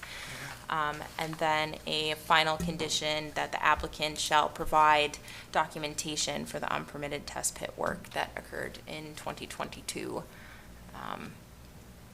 prior to the start of work, if that's amenable. I mean, I assume you have that, and you just submit whatever plan you have or data or anything like that. Yeah, we can give you what was found out, yeah. Okay, I think that sounds fine to me, yeah, I think all those are good. Everybody's good with those. And Good. John and Chris, you go If you're good, amenable I'm to good. those? Yeah. conditions? Pardon me? Are you amenable to those conditions? Can I read one thing? Where, She modified some of the things that are on there. Yeah. Right, so it continuous and existing. may be different than what's written. She had a condition about just providing the test pit plan. Oh, She just wants you to give her the test pit plan for the work that was done last year. right. Would you mind reading that again? Sorry. It's gonna change likely from what I just said for the record, since I Yeah. don't, it's not a, Oh. it'd be great if We'll- you we'll just typed provide it out the- in front of me, but. We'll provide the information from the test pitting that was done previously. Correct. Yeah, Sorry. just have some information. Yeah.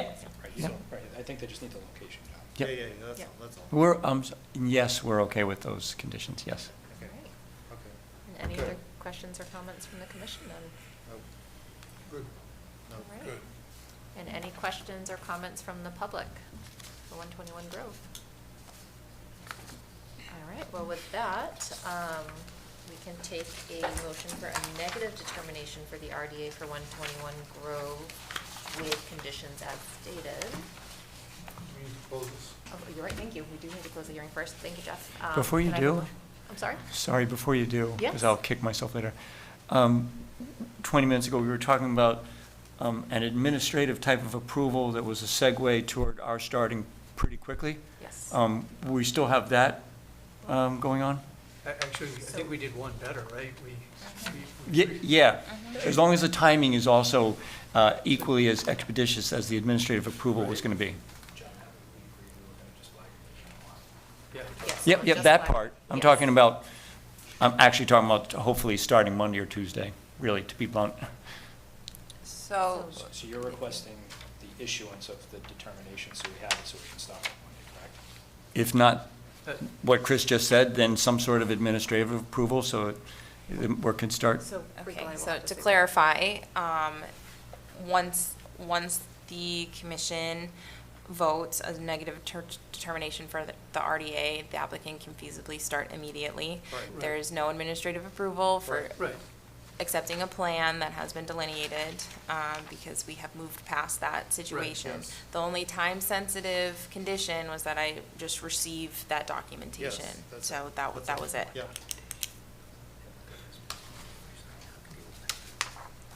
You want the old test pit documents before we start work? Yes, so. That's what you want Yes. beforehand? Yep, it's to No bring you problem. up into compliance. Yeah, Right, thanks, yeah. Right, yes. Perfect. It's better than you thought. Absolutely better than I thought. Good? Yes, Yeah, I so think thanks. I think that works for Yep, everybody. if I keep asking things, maybe we could all do the test pits together. I don't know. Right. No, I'll stop talking. But the answer is, Probably ought to yes, call it you can good. start work, yes. Perfect. Thank you, yeah. Yes. That's what we were trying to get. Right on. Yeah. And I Yeah. appreciate Bricolai and everybody doing what they can to work with us. Yeah. All right, well, I have a motion to close the hearing for the RDA for 121 Grove Street. Motion as stated. All right. There you go. Second. Thank you. I second it. All right, and Okay. how would you like to vote, Richard? To I'd close- on like to closing? vote in the affirmative. We're voting to And close then first. negative. In the negative. Oh, yeah. Voting to close first. Vote to close Vote to first. close first. Vote to, We're closing the vote to hearing. close. Yeah, we're Close to closing. close. Vote to close. Vote to close. Close. And I also vote to close. Okay, now. And now, can we have a negative, or, motion for a negative determination for the RDA for 121 Grove Street with conditions as stated by our conservation agent? Michael, you look like you're ready to go. Michael's ready for it. Go ahead, Mike. So moved. All right, John says so. Do I have a second? Second. All right. Richard, how do you vote? So we're looking Do for we a vote to negative- approve we're the voting- negative determination? Yes. Okay, Correct. I got it right. Okay, yes. You say yes. Vote to approve the negative determination. I vote. Vote to approve the negative determination. Vote to approve the negative determination. Vote to approve. Vote to approve the negative determination. And I also vote to approve the negative determination. Again, thanks. Great. John and Chris, thank you. Now Thank you. get to work. Yeah. I know. Yes. Yeah, you're right, you're right. Okay. Start moving dirt. Great. Thank you, guys. All right. With that, we can move on to our next NOI for 3 Mount Street.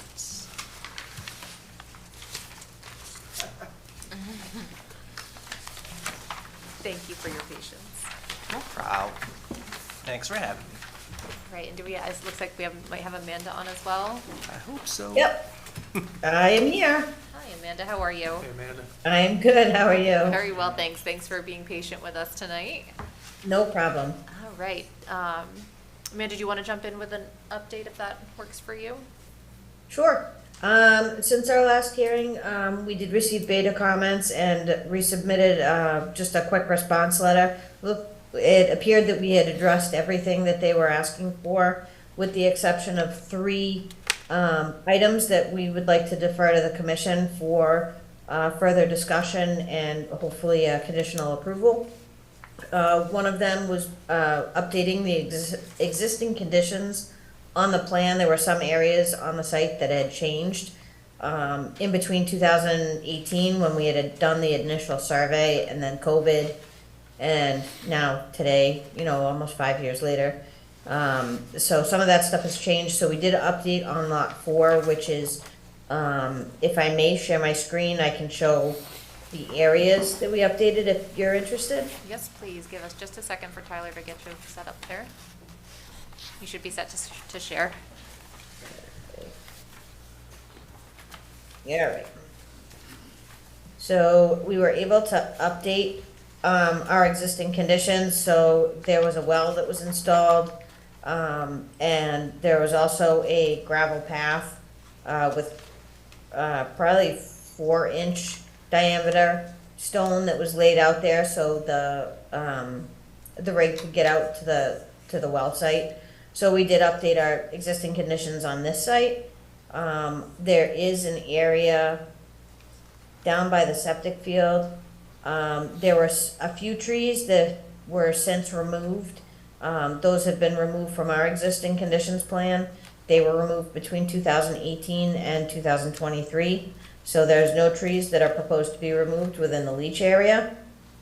But there was a tree line that was overlooked on this side of the property that's more brush related. It's inside the 25-foot. We don't believe there's any impact. We would like to update that with our final as-built, and we'll stake out the limits of the septic system in the field before that's constructed to make sure that there's no impacts to any of the areas beyond where we're showing on our plan. So that was one comment, and then the second comment was associated with construction schedule.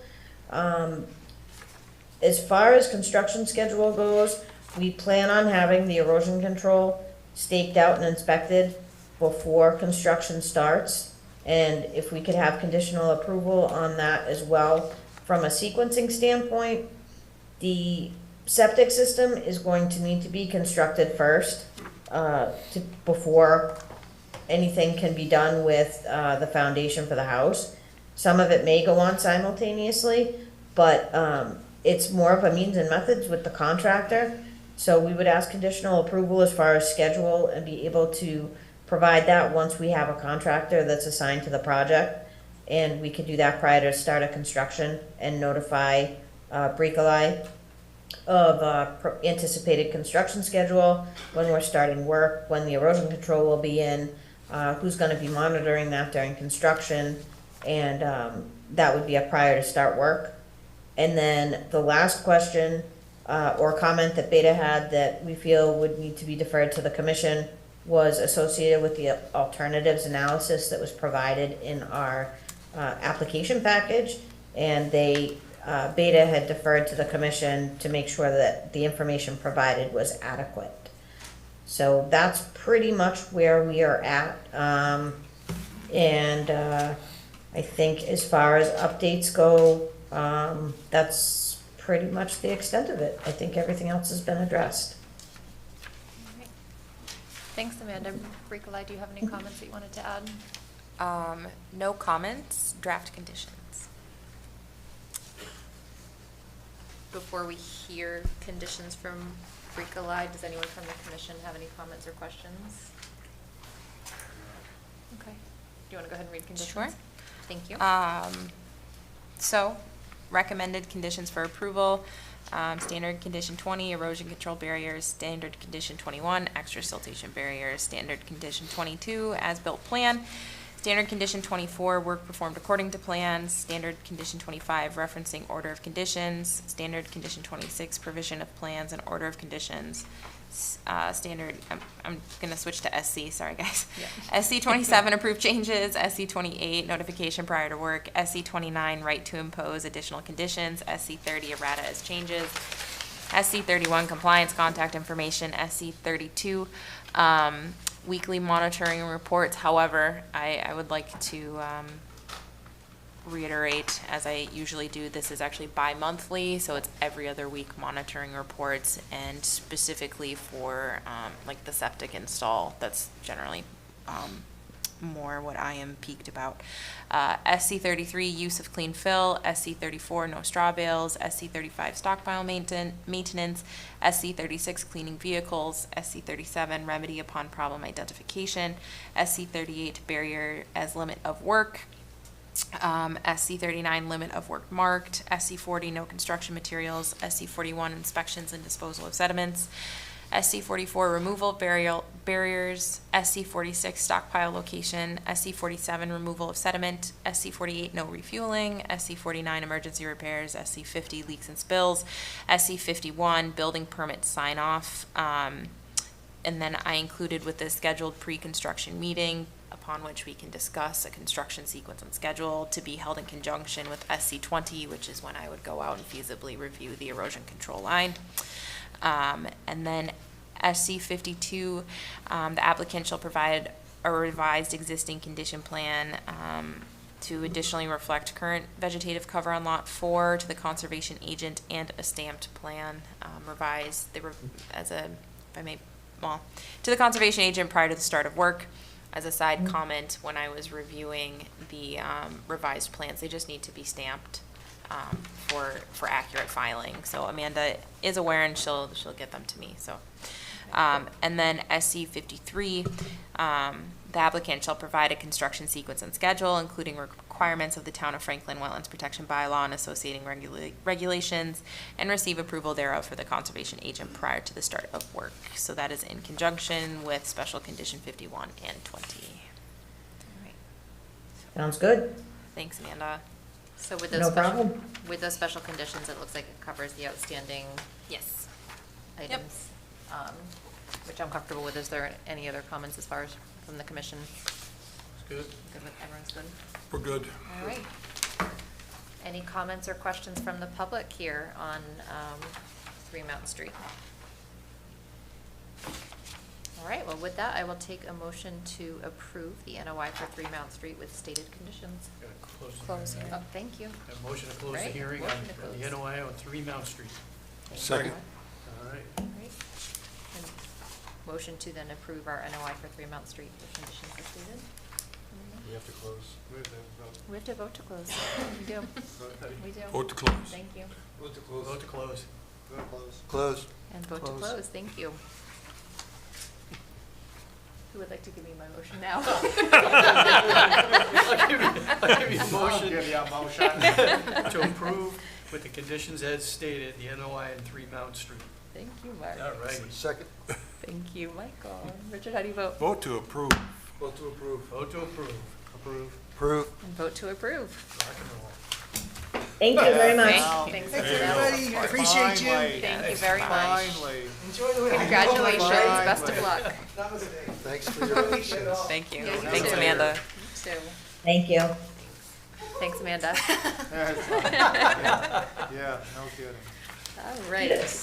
And let's see, let's open our public hearing for our NOI for 0 Bent Street.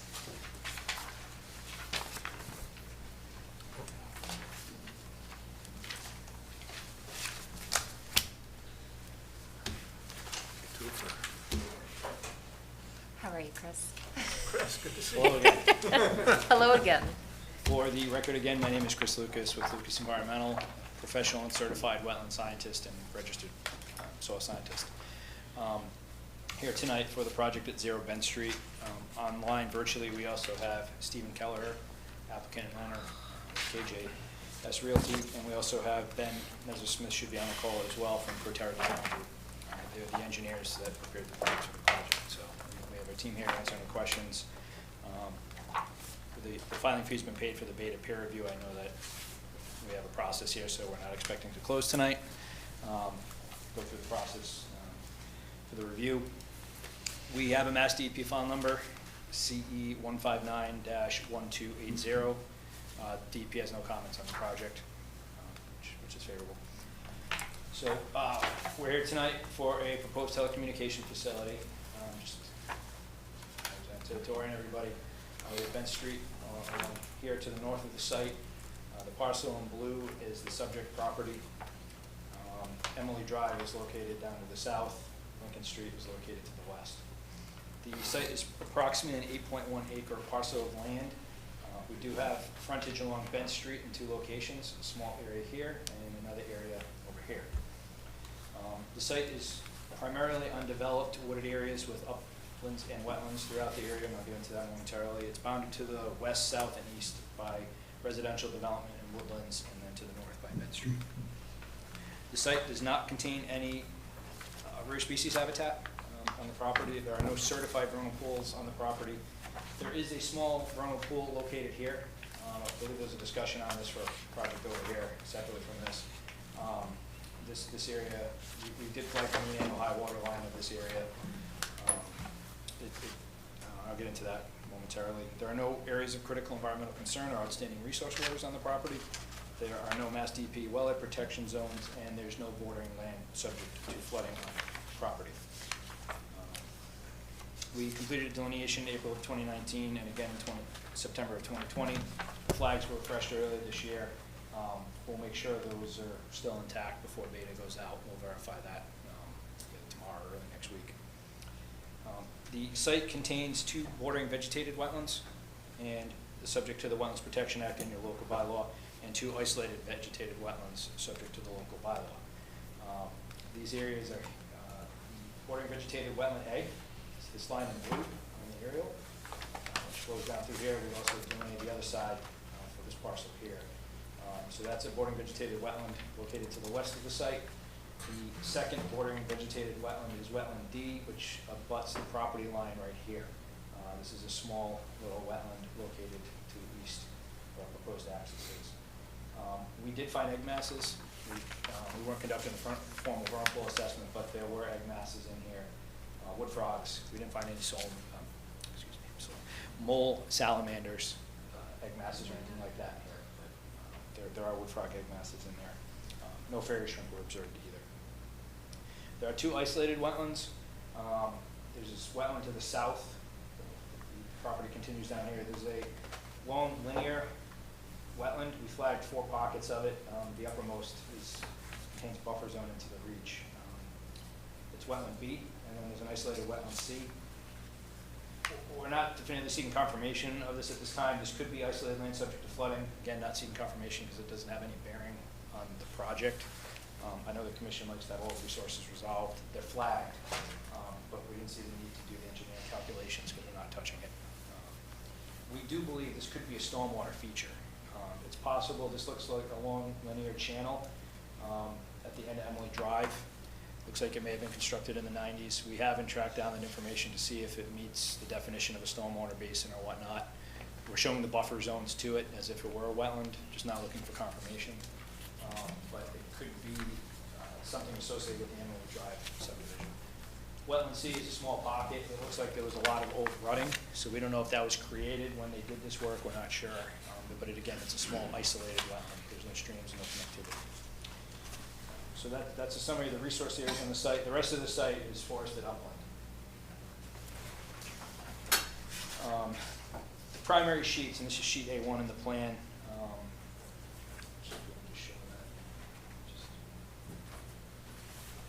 This is sheet EC1, condition plan, erosion control plan, which shows the whole project. So we're oriented Bent Street's to the left, so north is to the left here. Proposing the access road along this location down through here will be a gravel access road to the proposed tower. The lease area is roughly 5,600 square feet, 75 by 75 foot lease area surrounding the compound. The compound itself is only 3,600 square feet. It's a fence compound with a chain link, 6-foot chain link fence, 60 by 60 foot. The tower itself we're proposing is a 190-foot tall galvanized steel lattice structure on a concrete foundation. The overall height of the whole structure is 197 feet with the lightning rod. The goal of this is this will support wireless broadband telecommunication carriers and local public safety communications. It'll accommodate the necessary antennas, electric equipment, and cabling. Any equipment will be located within that fence compound. There will be areas here for future carriers to put their equipment within that, so that's included in the proposal here. Access is going to be via a 12-foot long gravel driveway facility. There's a small turnaround here. Utilities are proposed or required for the site are electrical power and then a telecommunication service, which will follow a 10-foot easement along this with an overhead transmission line. There's going to be minor tree clearing on the project. We proposed a stormwater management system. Ben is here if you want to get into the details tonight, but generally there's a culvert to drain underneath here with a little spillway. We have a harmony silt sock. We have erosion control barrier around the appropriate limits. Details for that. There's a basin proposed here with a forebay for stormwater treatment along this portion of the site. There's another basin. There's a swale along this portion. So we have a good stormwater management system. Keeping in mind it's mostly gravel with some impervious surface here. The entire footprint of this project is 42,500 square feet of total disturbance. So in a lot of cases, the footprint's smaller than you might see for a single-family house in town, even though the use is quite a bit different. Again, this is wetland D here, border vegetated wetland. We have your buffer shown here. It's hard to see, but if you have the plan in front of you, you can see more clearly. The 100-foot buffer zone is here. So this portion is located within 25 and 50 foot and 100-foot buffer. This whole section here up until this point, so even the tower itself, all of this is located outside of the 100-foot buffer zone. Wetland A is located down through here. The 100-foot buffer zone just clips a little portion of the spillway to this basin there and some minor grading through here. So this little portion right here is the work in the 100-foot buffer to wetland A. Overall, we have roughly 8,500 square feet to the buffer zone and impact. There's a total of 68,000 square feet of buffer zone on the site. As far as regulatory compliance, we have no work within any wetlands. We're solely limited to the buffer zones. Specifically, we understand there's no work within 25 feet of a resource area per section 4.2.1 of your bylaw, and structures are prohibited within 20 to 55. Talking a lot tonight. 25 to 50 feet, which could impact runoff. Obviously, we need to get into the site. That's really the limit of our work in those two areas. It's the proposed access driveway and some minor stormwater work in those areas. So, we formally requested a variance for the construction of the new driveway because we are in the zones. We've documented why. We provided an alternatives analysis. Happy to get into that if you want tonight, but we have looked at other alternatives for off-site locations, on-site. There's a whole process that telecommunication facilities go through based on RF frequency, topography, the needs of the area, where the dead spots are. Short story is they find gaps where cell service is needed, and then they look for available property. This is what was needed for the area. And then we also comply with section 4.4.1, including structures allowed within the 50 to 100 feet. We comply with no impervious and whatnot. We comply with that. We provided a functions and character statement per your bylaw, which I'm happy to go through. I don't think there's a need right now. If you want me to, I can. It's been a long night. And one thing just to note for the alternatives, we're limited where we can get into the site. So aside from site selection, Mr. Keller had to make an arrangement to get this portion of the property. Originally, the plan was to come in through this wetland because of the only other access we had. As you can see, there's a huge wetland here. If we were coming through this parcel here, it would require a massive wetland crossing. There's no access through here because of this. So what we've done is retain this area so we can come through, reduce all impacts. Concerns here too, if we're crossing here, we're near a pool as well. So we think this is a much better option than the previous one. The Keller has taken great lengths to make this work and respect the bylaw. Frankly, avoid quite a bit of impact and site distance in here. I know there were original provisions where this was going to be set further down, close to, that would put it more further in the buffer. So I think we have a good, sensible design here that respects the bylaw, fully complies with the Wetland Protection Act, and based on that, I'll open up to questions that the board may have. Chris, do you have the breakdown of work square footage wise in the 25 to 50 and 50 to 100 off the top of your head? Ben, do you have that off the top of your head in front of you? I don't think we included that in the NOI. If not, we can provide it if you don't have it. You said from the 25, 0 to 25?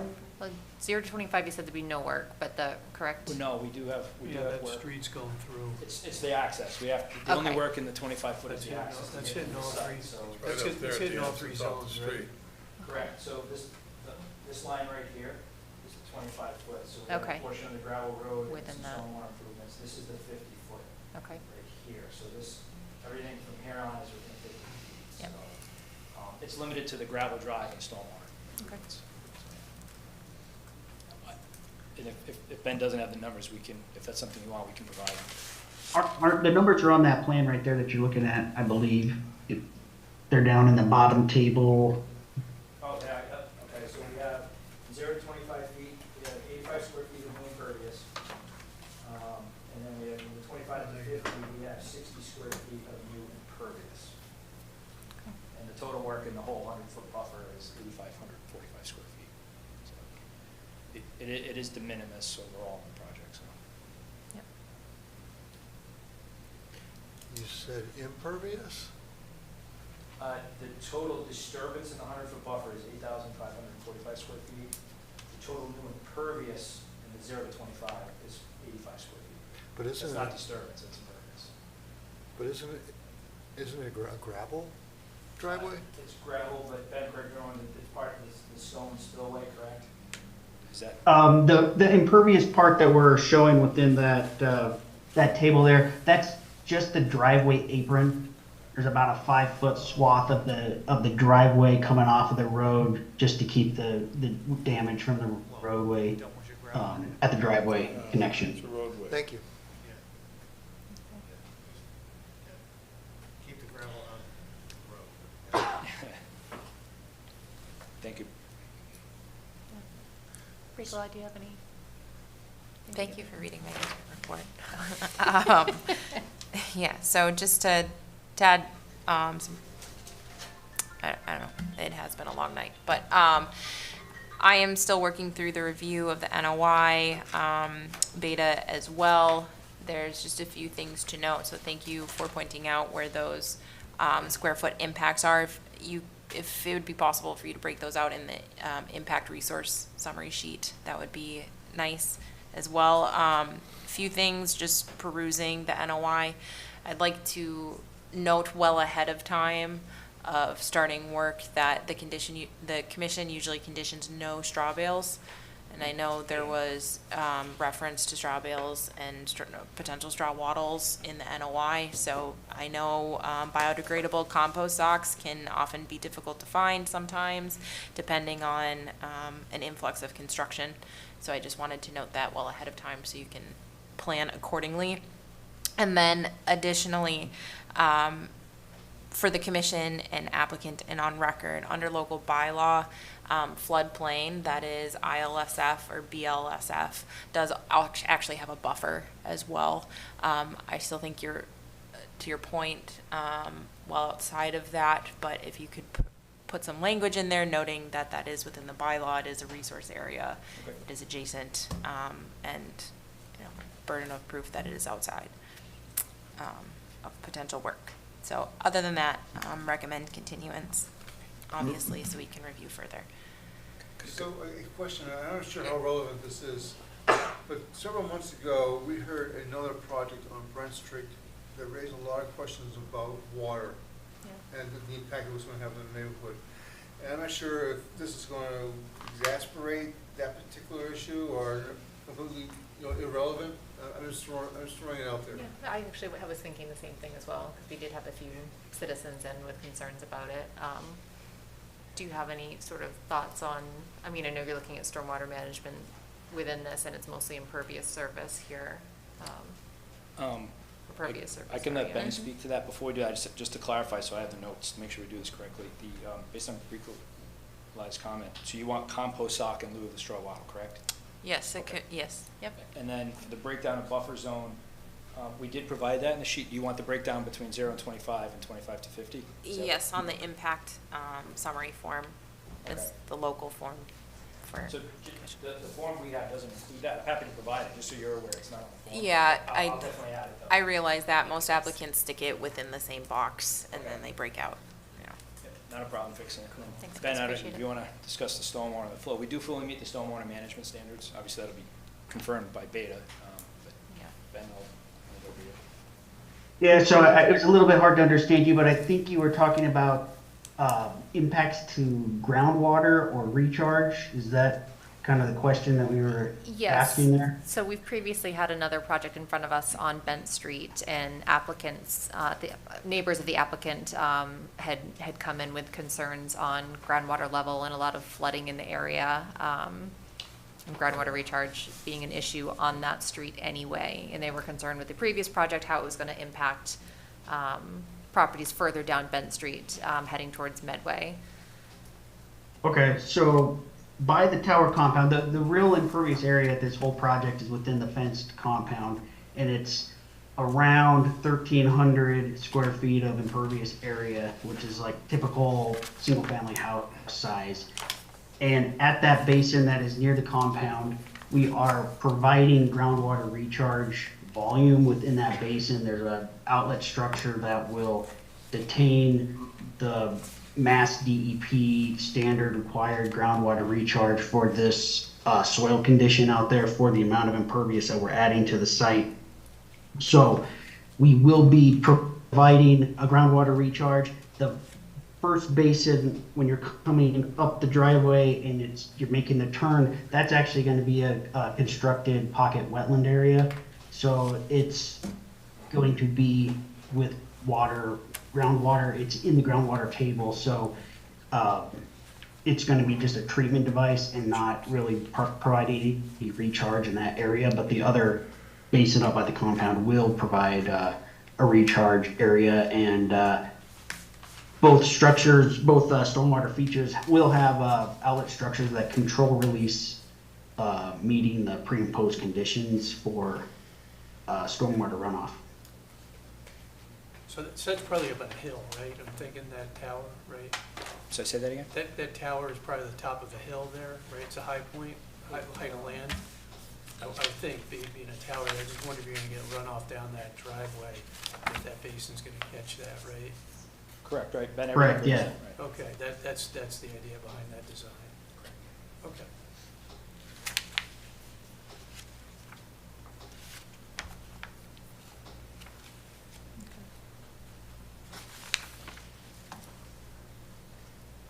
Are you satisfied with?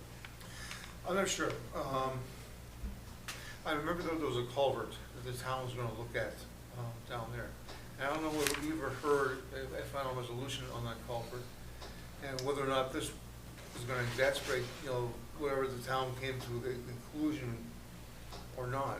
Nicolai, do you happen to know if DPW has assessed Yeah, that? so the swales, isolated wetlands that Mr. Lucas identified, it is an historic drainage infrastructure for Emily Drive, Emily Way, the street to the south. Yep. And there is a culvert on the north end of Bent Street, but unfortunately, they're not town-owned infrastructure. Okay. That was the issue. So.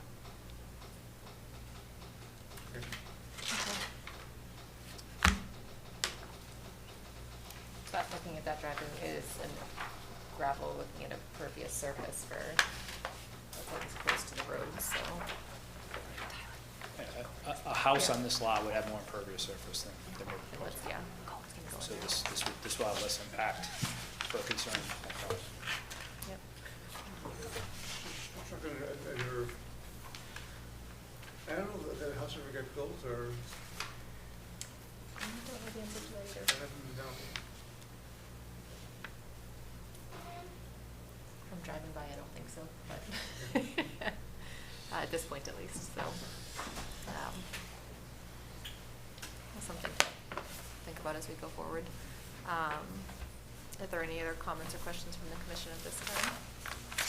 So is there a replication area for that work in the 25-foot? No, we did not propose any replication. When you look at it, I mean, most of the sites are wooded now, so this small little pocket here, there really wouldn't be any improvement on site that we could make for it. Okay. It's not like we have a partially disturbed site where we could do something. Yeah, that whole area is fully wooded. And pretty wet.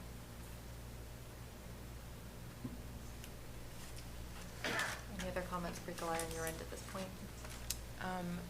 None for me, perhaps from the public. All right, well, I think, if we have no other comments from us, we'll look to continue for, Madam Chair, we have to open up to public comment. It's Yes, okay. thank you. Yep, sorry. Yep. Any comments or questions from the public for 0 Bent Street at this time? Yes. Back again. Thank you. Yeah, there's the sign-up sheet right in here at the front of the desk, if you don't mind. Thank you.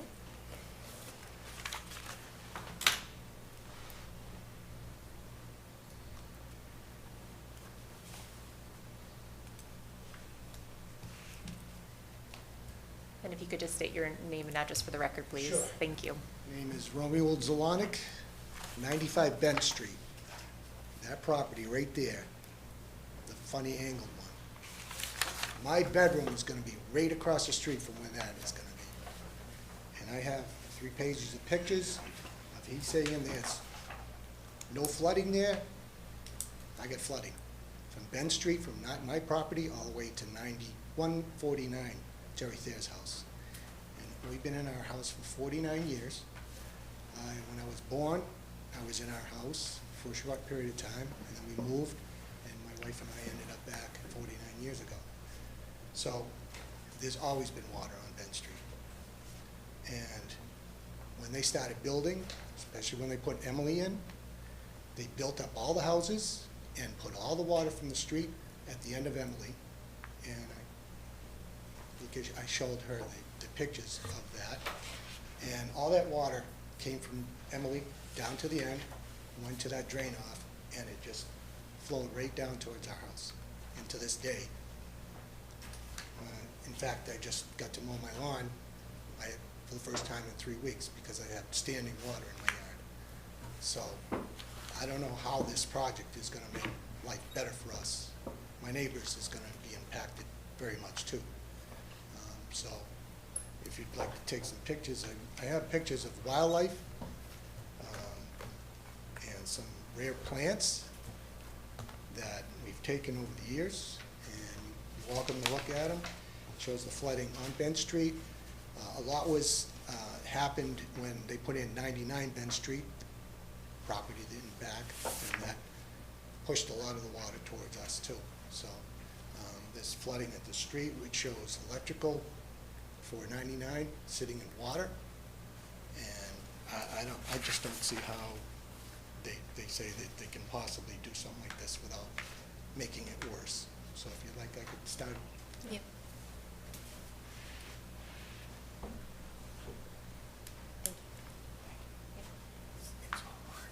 Okay, perfect. Thank you so much. I just want to say that it looks great on paper, but the people that have to live there and deal with water I mean, not just, I mean, lots of water. Yeah. I mean, I'm lucky I'm on a slab, but sometimes the water gets so bad, it almost makes a moat around my house. So, a street this close, this is like less than 40 feet from the corner of my property. My house is here. So we're talking back door. And the neighbors, they're gonna be taking, and another thing too I want to point out, just recently down the street, they had a major accident with a crane. And you probably saw it on the news. And I'm just wondering, there's a pipe that goes underneath from our property, under the neighbor's property, and where this proposed gravel property. It's only a cement pipe, small cement pipe, and it's been there as long as I was born there. It's been there. I don't know how you're gonna get heavy equipment to go over that stuff without it smashing. And what they're gonna have to do, tear up the whole yard next door to fix it? I don't know, I don't see how, you know, that would be feasible. We'd like to know if that pipe would be part of the current stormwater drainage. I can have Derek look. Ooh.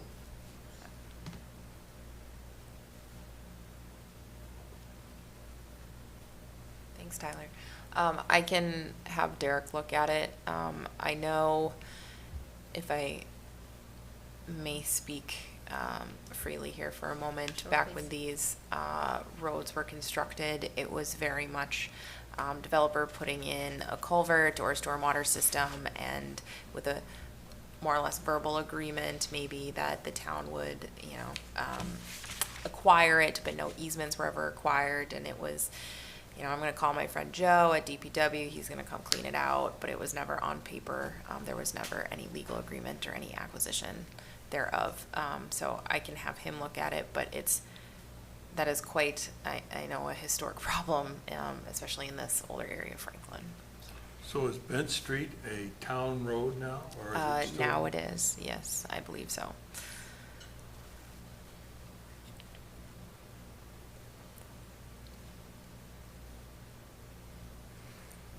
And you're worried about the concrete culvert underneath there, under the road? Oh, that's part of it, yes, because that culvert starts and goes under our driveway. Starts on our property and goes under our driveway, across the neighbor's front yard, and then would go where this is here, and then empties out on the other side. So it's under the road? No, it's under the driveways. And It crosses underneath the lawn, the And front empties lawn. into that wetlands. Hmm? And empties into that wetlands. Mhm. Yeah. How far down is it, underground? Not far. I mean, we have a hump at the end of our driveway because it's up so Okay. high. So they wouldn't be accessing that on your driveway? Not mine, but the neighbors, and on the other side of the neighbors. And you get the runoff all the way from Emily, comes all the way down. You can see the pictures. It goes right on both sides of my property. And I mean severe. So is the topography that Emily is, I guess, higher? Emily is higher, and Right, it that's- drains down towards, past 99 down to Ben Street, but it, like, follows that whole area, just the lay of the land. A lot of turkeys. 20 turkeys. I mean, that whole side of Bent Street is the catch basin. Yeah. When you drive down, you can see how flooded We've it is actually on had the whole. 15 squirrel. wood frogs on our front door one night. So we have a lot of family of fisher cats living under my shed. So, I mean, there's Careful, lots of Rosie. wildlife Be in our careful, area. we'll declare your front yard a wetland. I wish it was a nature preserve, because it really should be, because up until they started building, we never had deer in our yard or the wildlife that we started on. We're inundated. So your opinion, that issue is that drainage device that's. Yeah, if this gets crushed by heavy equipment, then all the water that goes underneath our driveway and across our neighbor's property, which is 97, that's gonna back up, and I'm any just- water that comes from this is the wetlands here, and it and it crosses, our driveway is like here, and it goes underneath there, and it I'm crosses. just wondering if the solve is up the hill though, right? Hmm? If it's all coming down from that drainage facility. It comes all from Lincoln Street, along Lincoln Street, it flows down, and it flows down from Emily. It all just Okay, comes so together at I our got it, I got property. it. It's bigger than that. I know, thank you. All right. But Emily might be part of that. I've driven through those intersections when it's Yeah, all gathers there, and there's nothing I can do, because it's just the way it is. So it goes from one wetland to the other wetland? It all combines. I you mean, know? that pipe?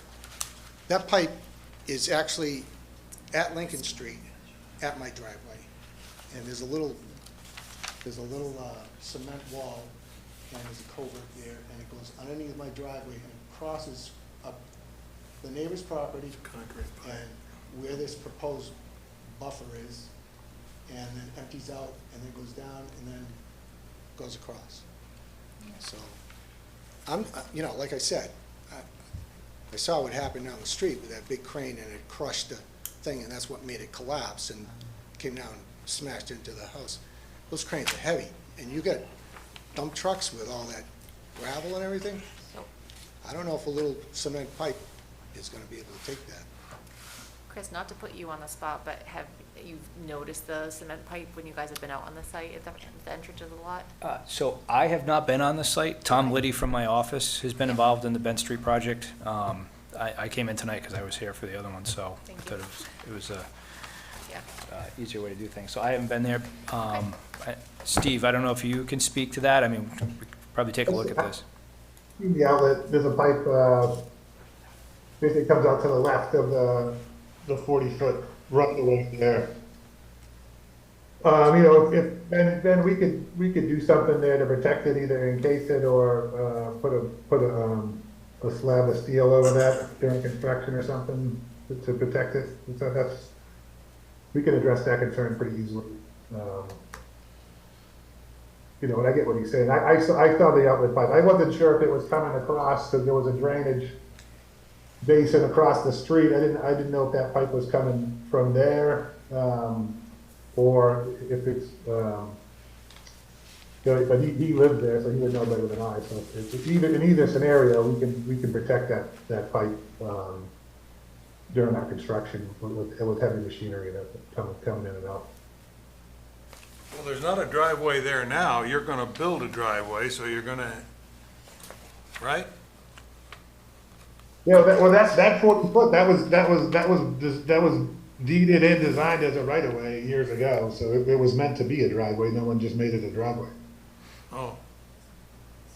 So there's an existing concrete pipe under your proposed driveway right now? Well, he said it's along the street, so it's along, if it's running along the street, it goes past. Yeah. No different than it's under his driveway or the driveway to the property to the right. Or Anyway, you'd have to protect it or replace it if you broke it anyway. Right. And, Okay. and just so the commission is aware as well, we do have zoning board approval for the project too. So any concerns on setbacks and whatnot, we have approval. It's probably Thank you. on the edge of our perusal.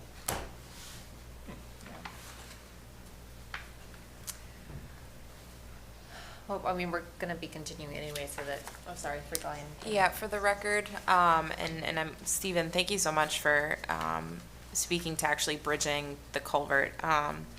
So the crane was a unique situation where there was, the operators did not realize there was a septic underneath the feet of the crane because it wasn't on a plan. There was no record of it ever being there. So to Stephen's point, if you bridge it and you protect it, it's less likely to happen. And especially if it's marked on a plan, so that everybody knows that it's there. Should be able to find, yeah, maybe, and I could talk to Ben about setting up, maybe we encase it permanently because there would be intermittently, you know, as we do, more tenants come on the tower, there would be other cranes that come in and out, so we could talk about how to do kind of a permanent solution there, so we're not, you know, leaving it susceptible Because it's obviously easy to do it during the initial construction, but, you know, as the years go along, stuff gets forgotten and people make mistakes. So maybe we can make a more permanent solution on the end there to address that, the integrity of that culvert there.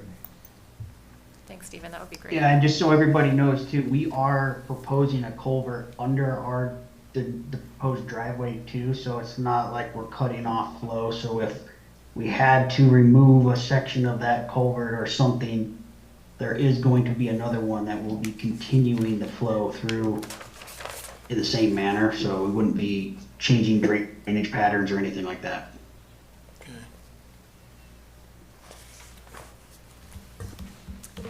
We have another comment from the public.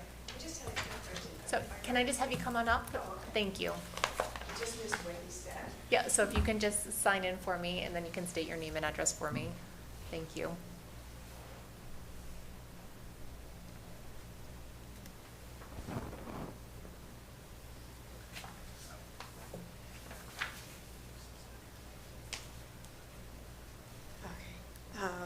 Gail Perchicati from 20 Emily, and I heard him mention something about zoning board approval, and did he say they've already approved this? Correct. And how did that happen? I mean, don't we usually get notification of zoning board hearings? Also, an abutters list goes out for zoning board hearings. I didn't get any notification about a zoning board hearing. I do not know the process for zoning board, Yeah, actually. I don't know. And Well- unfortunately, it's under Building Commissioner Gus Brown. So you would likely need to contact him or Chair of the ZBA, Chair Hunchard. But we're a separate department. Right. Our I butter always- notification Right. is regulated under the Wetlands Protection Act and our local bylaw. Right. So I'm Yeah, not, my understanding is unfortunately. Yeah, the zoning board is too, and Sure. we didn't hear anything about that because this project is not in a designated wireless communication zone.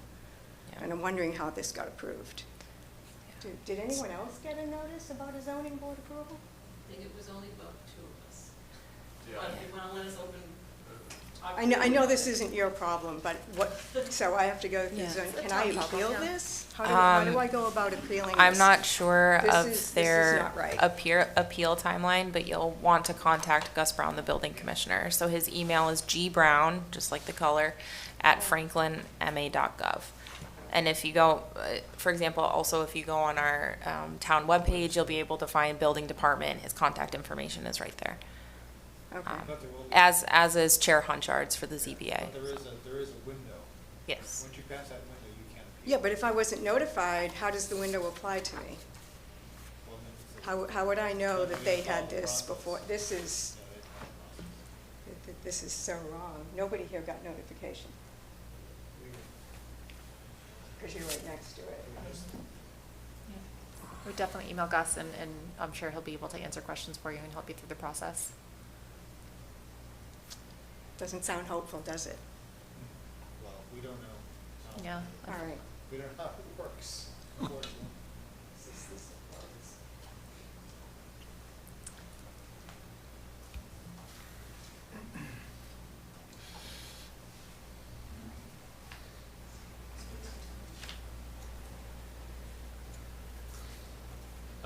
Hello, everyone. My name's Jason Haynes. I live at 6 Emily Way, which is further back this way on this plan. I've lived there my entire life, and I was just wondering if we're allowed to ask what are like the future plans for this? Are there going to be more towers built in the future? Is that the plan? Because I mean, I've walked through the woods all the way down back here. And I think it's a lot more wet than is what being shown on paper. I have I have pictures on my phone. I didn't print them out, but like they were just it had been almost a week after it had last rained, and there was still standing water in many places, and I didn't see those mapped out on any of the plans. So I mean, I just have concerns about building, and as the other gentleman before mentioned, all the heavy machinery on those spots.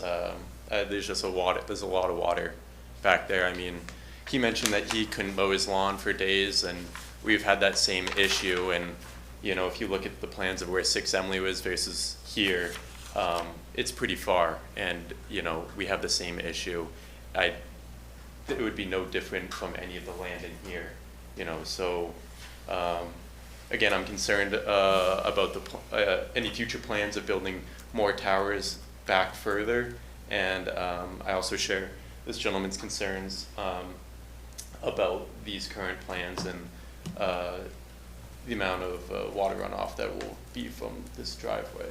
And yeah, just for the record, I also was not contacted by the zoning board either, so I also missed that meeting. But, Absolutely, thank you all for coming and sharing your concerns with us. This is a whole part of the process, and having input from the public really helps to guide where we go, so we really appreciate you taking the time to come in and share your concerns with us. It might be good to, sorry. No, I was going to just clarify the process as far as other potential, you know, future projects. So just so you are aware, this is the one tower is what's being proposed in front of us right now. So this is the set plan. If they were to propose anything else on the property in the future, we would go through the same process again. So you would be notified again of an additional project on the property. It would have to get approval again through the same concerns going forward. So it would be a whole separate NOI filing. So you would certainly be notified of any. I don't know if there's any additional comments that you have as far as the process that might clarify for people, but Just a note that, as far as I'm aware, you know, butters are the ones that get noted. So if you're actually abutting the property that contains the existing project, yes, you'll get notice. But if you're basically, say, one over that, and you're still, even if you are still affected, there's no legal obligation to notify those individuals. It's only people whose property actually physically abuts, that touches the property in question. So I'm not sure if that's relevant here, but that is the case. yeah, for Conservation Commission bylaws, I'm not sure if the zoning board bylaws are different. It's 300 feet from the property line for Conservation Commission bylaws, but to your point, Yeah. Chair Livingstone, ZBA may be directly I abutting. think for ZBA it's abutting. Yeah, that's what I think. So check that out. May I speak, Mr. Chairman? Yep. So just as I'm Steve Kelleher, and I own the property. I own a bunch of land over there in the backland. But originally, when I bought it, I think it's like, and on that portion of it, between the two lots, I think there's like 500 feet of frontage or so. So there, I thought maybe, my business primarily is building cell towers, but originally I was like, well, I thought I had 3 house lots. And that property up towards Lincoln that you guys had a couple months ago, that was my project as well.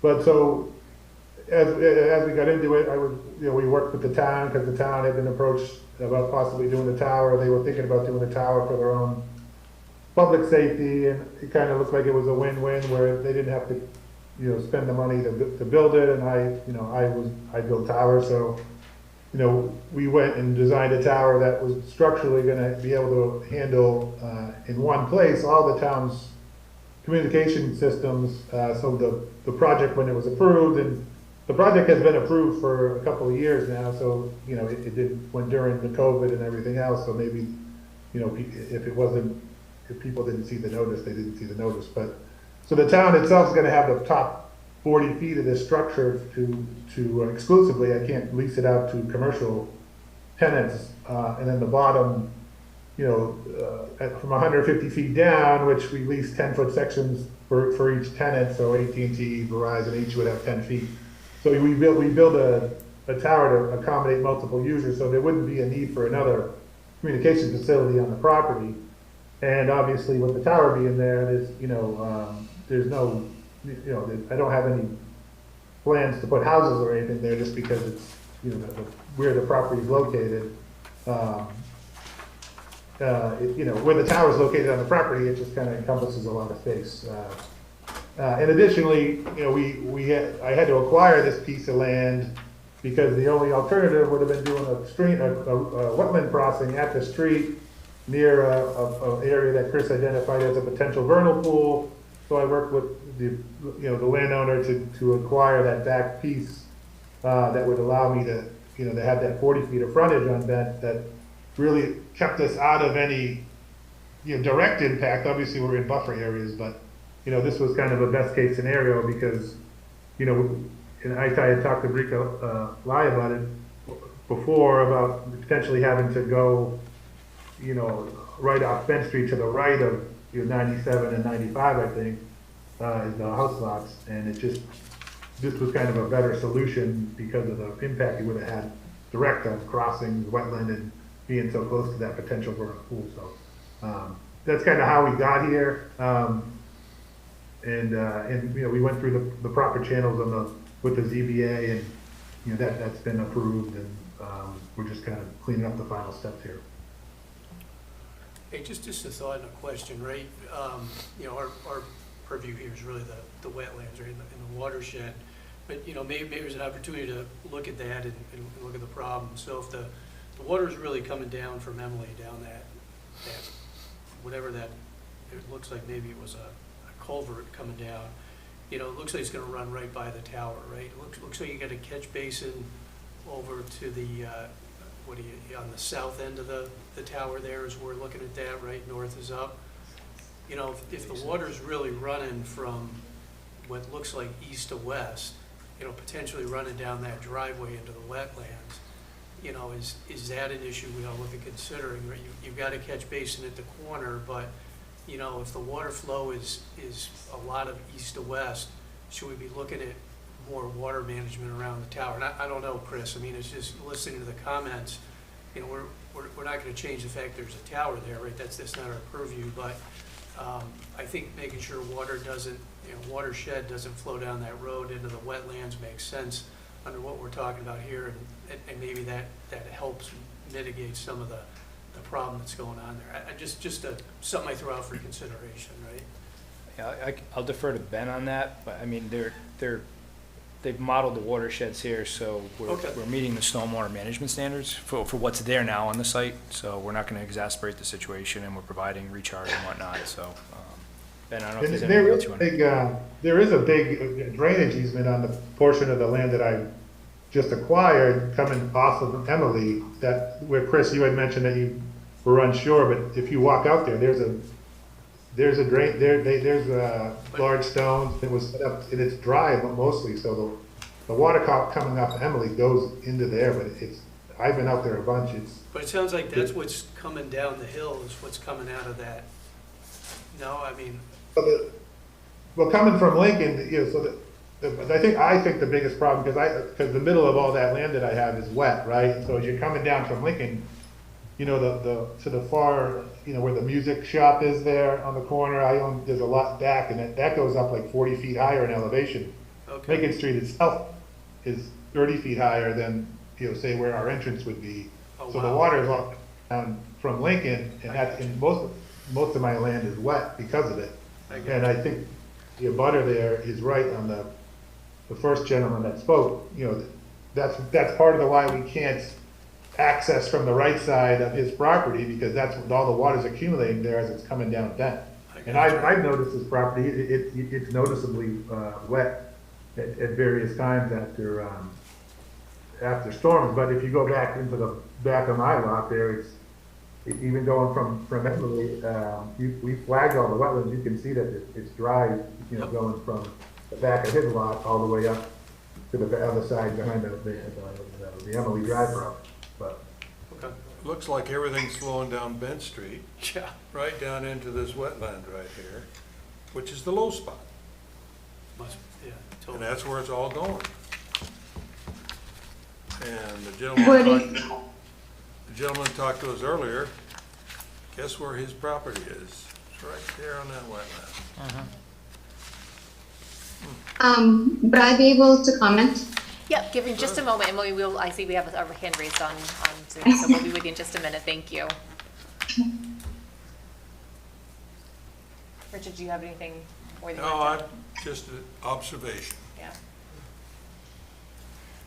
We can go to Zoom. Thank you, Samantha, for waiting. Sure. So my name is Samantha McGrath. I own 97 Bent Street, which is the property that directly abuts the access road that they're planning to put in. And I just wanted to kind of comment on everybody else that's kind of commented on the wetlands and the water that kind of drains down here. In the half of my property, I understand, I've talked to Stephen about my fence. When I bought this property last year, the fence, not to my knowledge, but it was not in the correct spot. The plan is to definitely move that over to where it's supposed to be. The land right there that is supposed to be where the access road is going is constantly flooded. Just to kind of talk about, you know, just like my neighbor's land, he mentioned he hasn't been able to mow. We are also not able to mow on that side of the land. Pretty much it's soaking wet. It's pretty much a swamp over there. I would say almost 10 months of the year. I would say probably the only couple of months that it was dry was August, when it was actually stopping raining. But yeah, I just wanted to kind of comment and reinforce everybody else's comments and just agree that there definitely is some issues with water sitting. Great. Thanks for your additional comments, Samantha. We appreciate you taking the time to come in and join there. Yeah,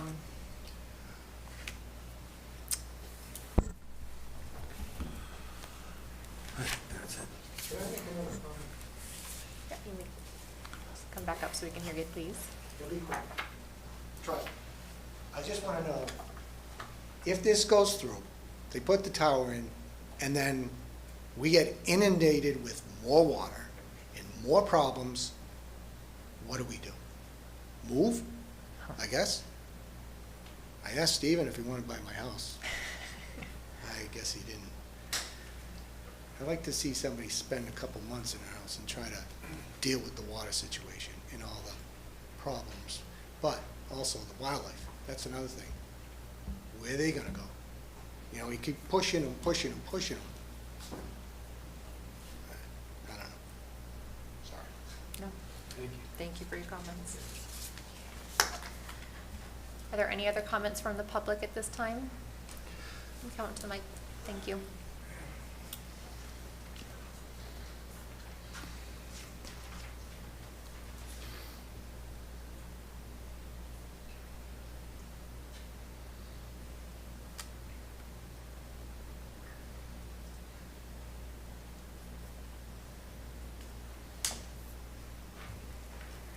Hi, sorry. Dan Stoop, I'm on 20 Emily Drive. So first thing, bottom line up front is this is a disaster for my house, for my wife and myself. So that means every morning when I look out the window, my living room window, I'm gonna see this monstrous, hideous looking steel contraption out in front of my house every day. If you haven't been to Emily, where this area is, so the southern area is Emily, you have Cooper, you have Bent, and then you have Lincoln on the other side. So the water drain off, or the spill water drain off that they're talking about is right next to our neighbors across the cul-de-sac. There's 3 ponds, if you will. I went out there today, first pond is full, second pond probably has at least 6 to 12 inches of water, and then you have a couple cement culverts, and then the third pond. That one was actually dry, but it was kind of muddy because I could see the deer prints in there. We have a lot of animals here. We have deer, we have coyotes, we have fox, we have fisher cats, we have owls, we have red hawks. So, plus all the amphibian creatures, frogs, toads, whatever. So there's a lot of diverse animal groups there. That's going to be definitely disturbed.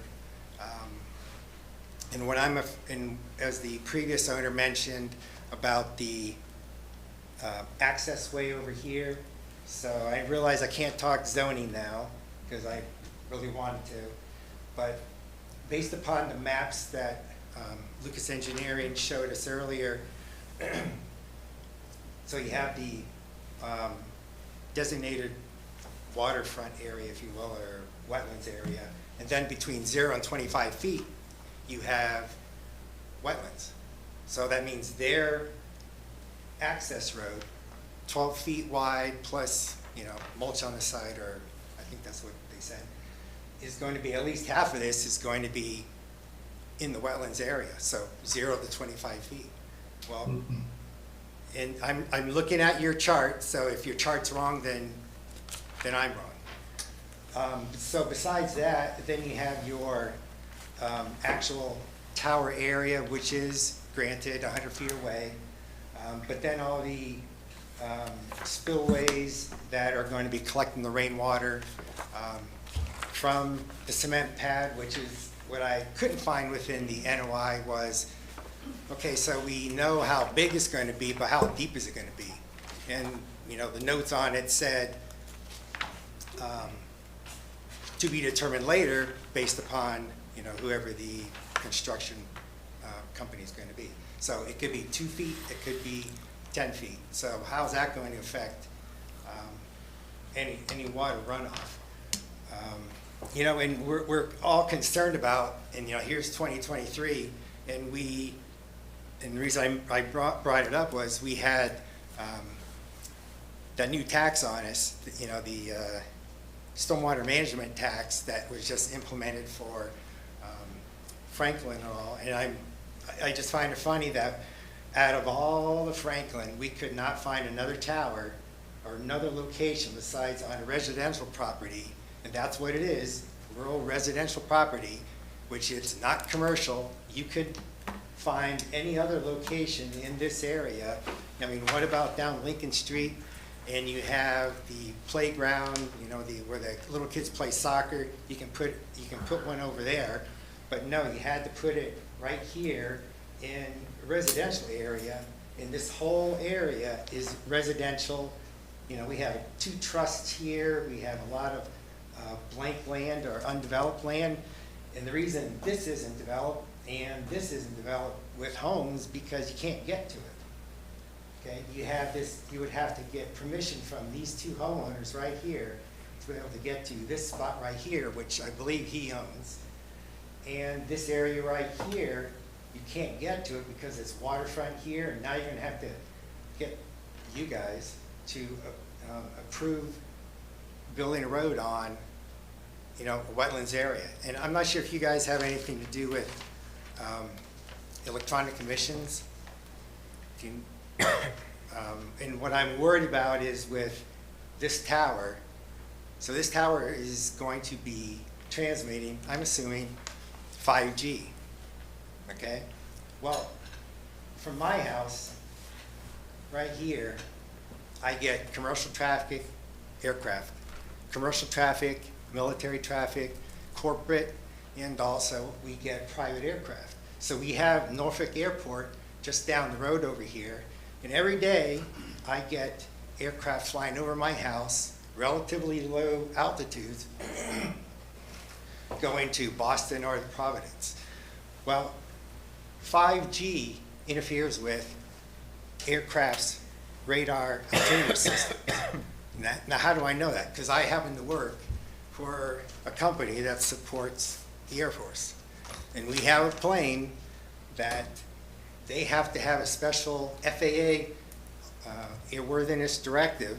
There's at least 3 that I know of, and I can give you the numbers if you want them, that say you cannot operate your aircraft, you can't operate below a certain altitude when there's 5G around because it interferes with your altimeter. So you can't tell how high you are. If I'm doing some type of glide slope landing, I can't use it because of this. And we have lots of aircraft, like I said, flying all through this area. And that's just, and this system is going to be interfering with that.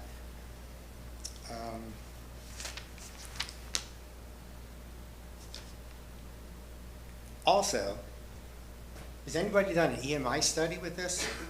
Okay, so here's this big tower here. This is going to be radiating all different types of communication systems, so 5G, probably police band, fire, etc. Has anybody done a study to see of how this is going to interfere with wireless communications from all our neighbors.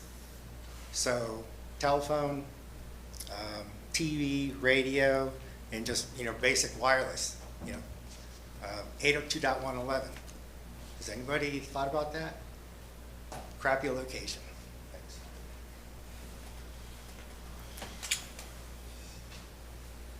Thank you again for your comments and for coming in and taking your time to speak with us. We do appreciate your time. I do know, unfortunately, a lot of your concerns don't fall under the Conservation Commission purview, and our role is to really uphold the Wetlands Protection Act and our local bylaws in regards to conservation land and protecting our resources. Certainly concerns about, work within buffer zone is things that we will be addressing as we, continue to review this application. And I know that our conservation agent, Rika Lai, as well as Beta, will be out on the site. Am I correct, Beta, as well? Yeah, I've been to the site several times as well. Yes, to further assess the site, and we will have more information to be able to make better determinations once we have that additional data in front of us.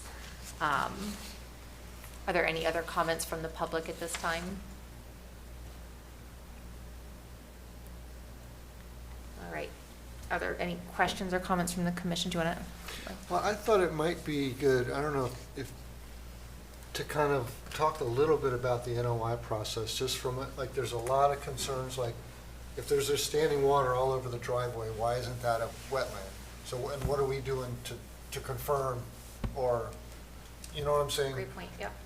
So I guess to be clear, as Michael's saying, this is, I think, a great point to bring up, is sort of what are next steps so that everyone sort of understands what's happening now.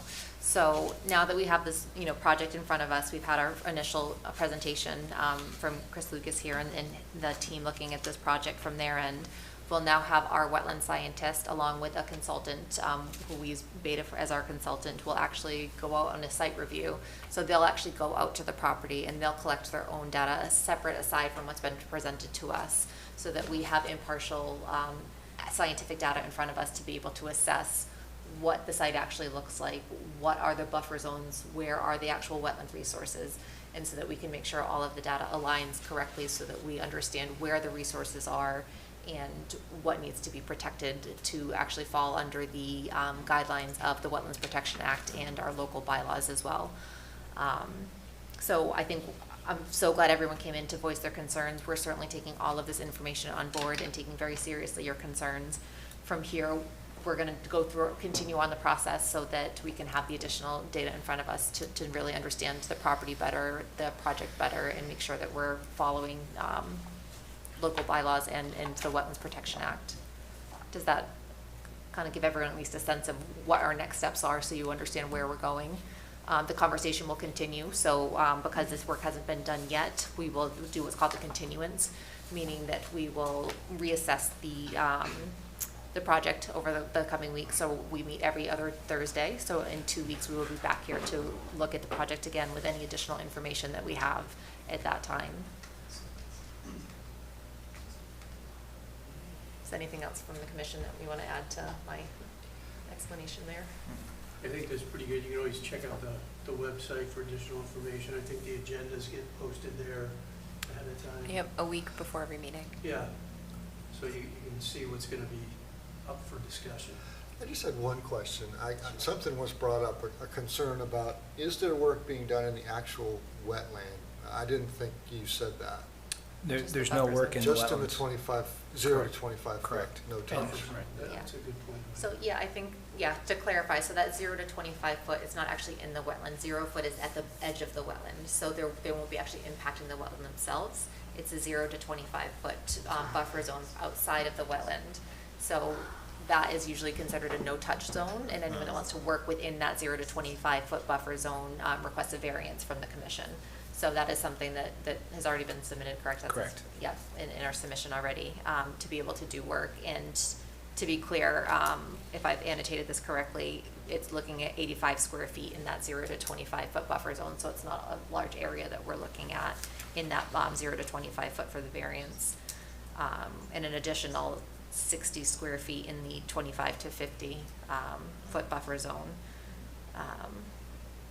with additional work outside in the 50 to 100, I didn't annotate with that, but a total square foot of 8,545 square feet of impacted resource area, that being buffer zone, not actual wetland itself. Good explanation. Well, I think if that's it from comments from everybody, we will then go ahead and take a motion to continue the NOI for 0 Bent Street. Oh, sorry. Motion. Could I make, I'll second. before you vote? No, I second. Oh, sorry, Chris had a, sorry. I just, a procedural question. Yes. Is the commission looking to do a site walk? And we also wanted to know if we could discuss Beta's schedule so we could continue this to a date certain that might be more appropriate than 2 weeks I from now? can help liaison schedules via email, so. Okay. Okay. Does that work for you? And then we'll, No, that's fine. Okay. And then, is the commission looking to do a site walk on this one, or will we just be? I think at this time, unless you guys think otherwise, I'm happy to have Bricolai and Beta go out and. Okay.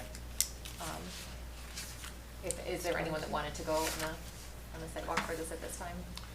I might drive down Bent Street. I've been listening to this high water thing for quite some time. I drove down Bent Street every single day. I said I do most days as well, so I feel relatively familiar Oh, you with do? the water problem Okay. and seeing Yeah, it, we but work it. certainly if, Yeah. That's it. Ironically, one of the reasons why that site was chosen is because it's relatively high. It's one of the highest points in Franklin. What this tower is? That hill, yeah. It's one of the top highest of points Lincoln in Street Franklin. there, yeah. Before you go down the hill to the mill, the old mill. Now I have to drive down. Yeah, because you go all the way, you go up Lincoln, right? Then you hit the Koschevas farm, and then you basically go down into the mill, on Lincoln, Okay. right? So it's actually the highest, I think it is the highest point in Franklin. That's why it was selected. 292 feet. Still wet. Enormous. Anything else, Chris, you good? No, we were just looking for when we might get Beta's letter, because that might, I don't know if November 2nd is going to be feasible. Between, that's what we're just looking to get a better idea if there's, that week, is it worth continuing to November 16th or Well, you later? would continue the next date anyway, and just keep continuing. We could, right. I mean, We're that's just trying to what save you that do. step if it helps out. Logistically, that makes sense. Okay. We just like to keep it on, Sure. Yeah. Okay. we just love having you. You just don't take any testimony or anything. Okay. So that nobody gets knocked out because of the Yeah. rule where, you know. Not a problem. Right, well then why don't we plan on continuing till November 2nd at this point, and we'll, assess as needed going forward. Yep, All right. that's fine. All right, now we'll do the motion to Yes, thank continue you. the. No, I just one comment. If it's, sorry, if it's 2 years, if it's 2 years since the zoning board approved this, you're way past the appeal period. Just so you guys know. So, I mean, it's way past. So, good.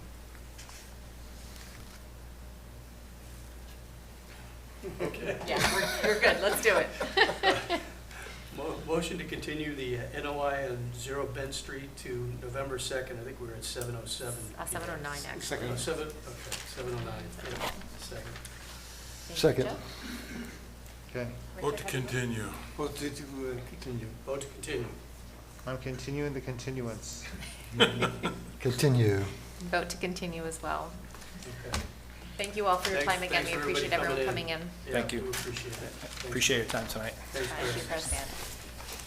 Understand. All right, so that is it for our public hearings for tonight. We have nothing under permit modifications or COCs. Richard, your favorite thing here, we've got our enforcement order Oh. for 305 Union Street. Really? Happy back. Any update on Union Street, so you know status quo? It's just well, Richard, would you I'll just give you a wanna- motion to extend the certificate. What is it? A modification? Violation. Extension of the enforcement order. Yeah. Extension of the violation of the enforcement order for another 30 days. Thank you, Richard. Thank you, Jeff. Vote to approve. Vote to approve, vote to extend. Extend. Vote to extend as well. Glad we got that out of the way. And then minute approval from our previous meeting. Anyone have any comments or questions on All good. minutes? We're all good? We have a motion to approve the minutes Motion to approve the minutes from the October the 5th. October 5th. Sorry, might I pop in there real quick? So there's still my agent report because I had already drafted this at this point, but we actually don't have the minutes yet. They're not in your Google Drive, so Okay. please. So we will not refrain approve from any that. minutes then? Oh, okay. good. All right. So now it's good comments. Might I have one procedural comment? And I do apologize for everybody that's still here lingering, but it is awful hard for a minute taker to be able to hear with external conversations. Yeah, they got So, yeah. I understand that you all certainly have a lot to discuss. We have a minute taker who needs to listen in, and sometimes background noise is a little bit tricky. Thank you. We appreciate you guys coming in, and thanks. You certainly feel free to continue your conversation outside the room. And thank you for your time. Apologies. No, thank you. Thank you for pointing that out. Yep.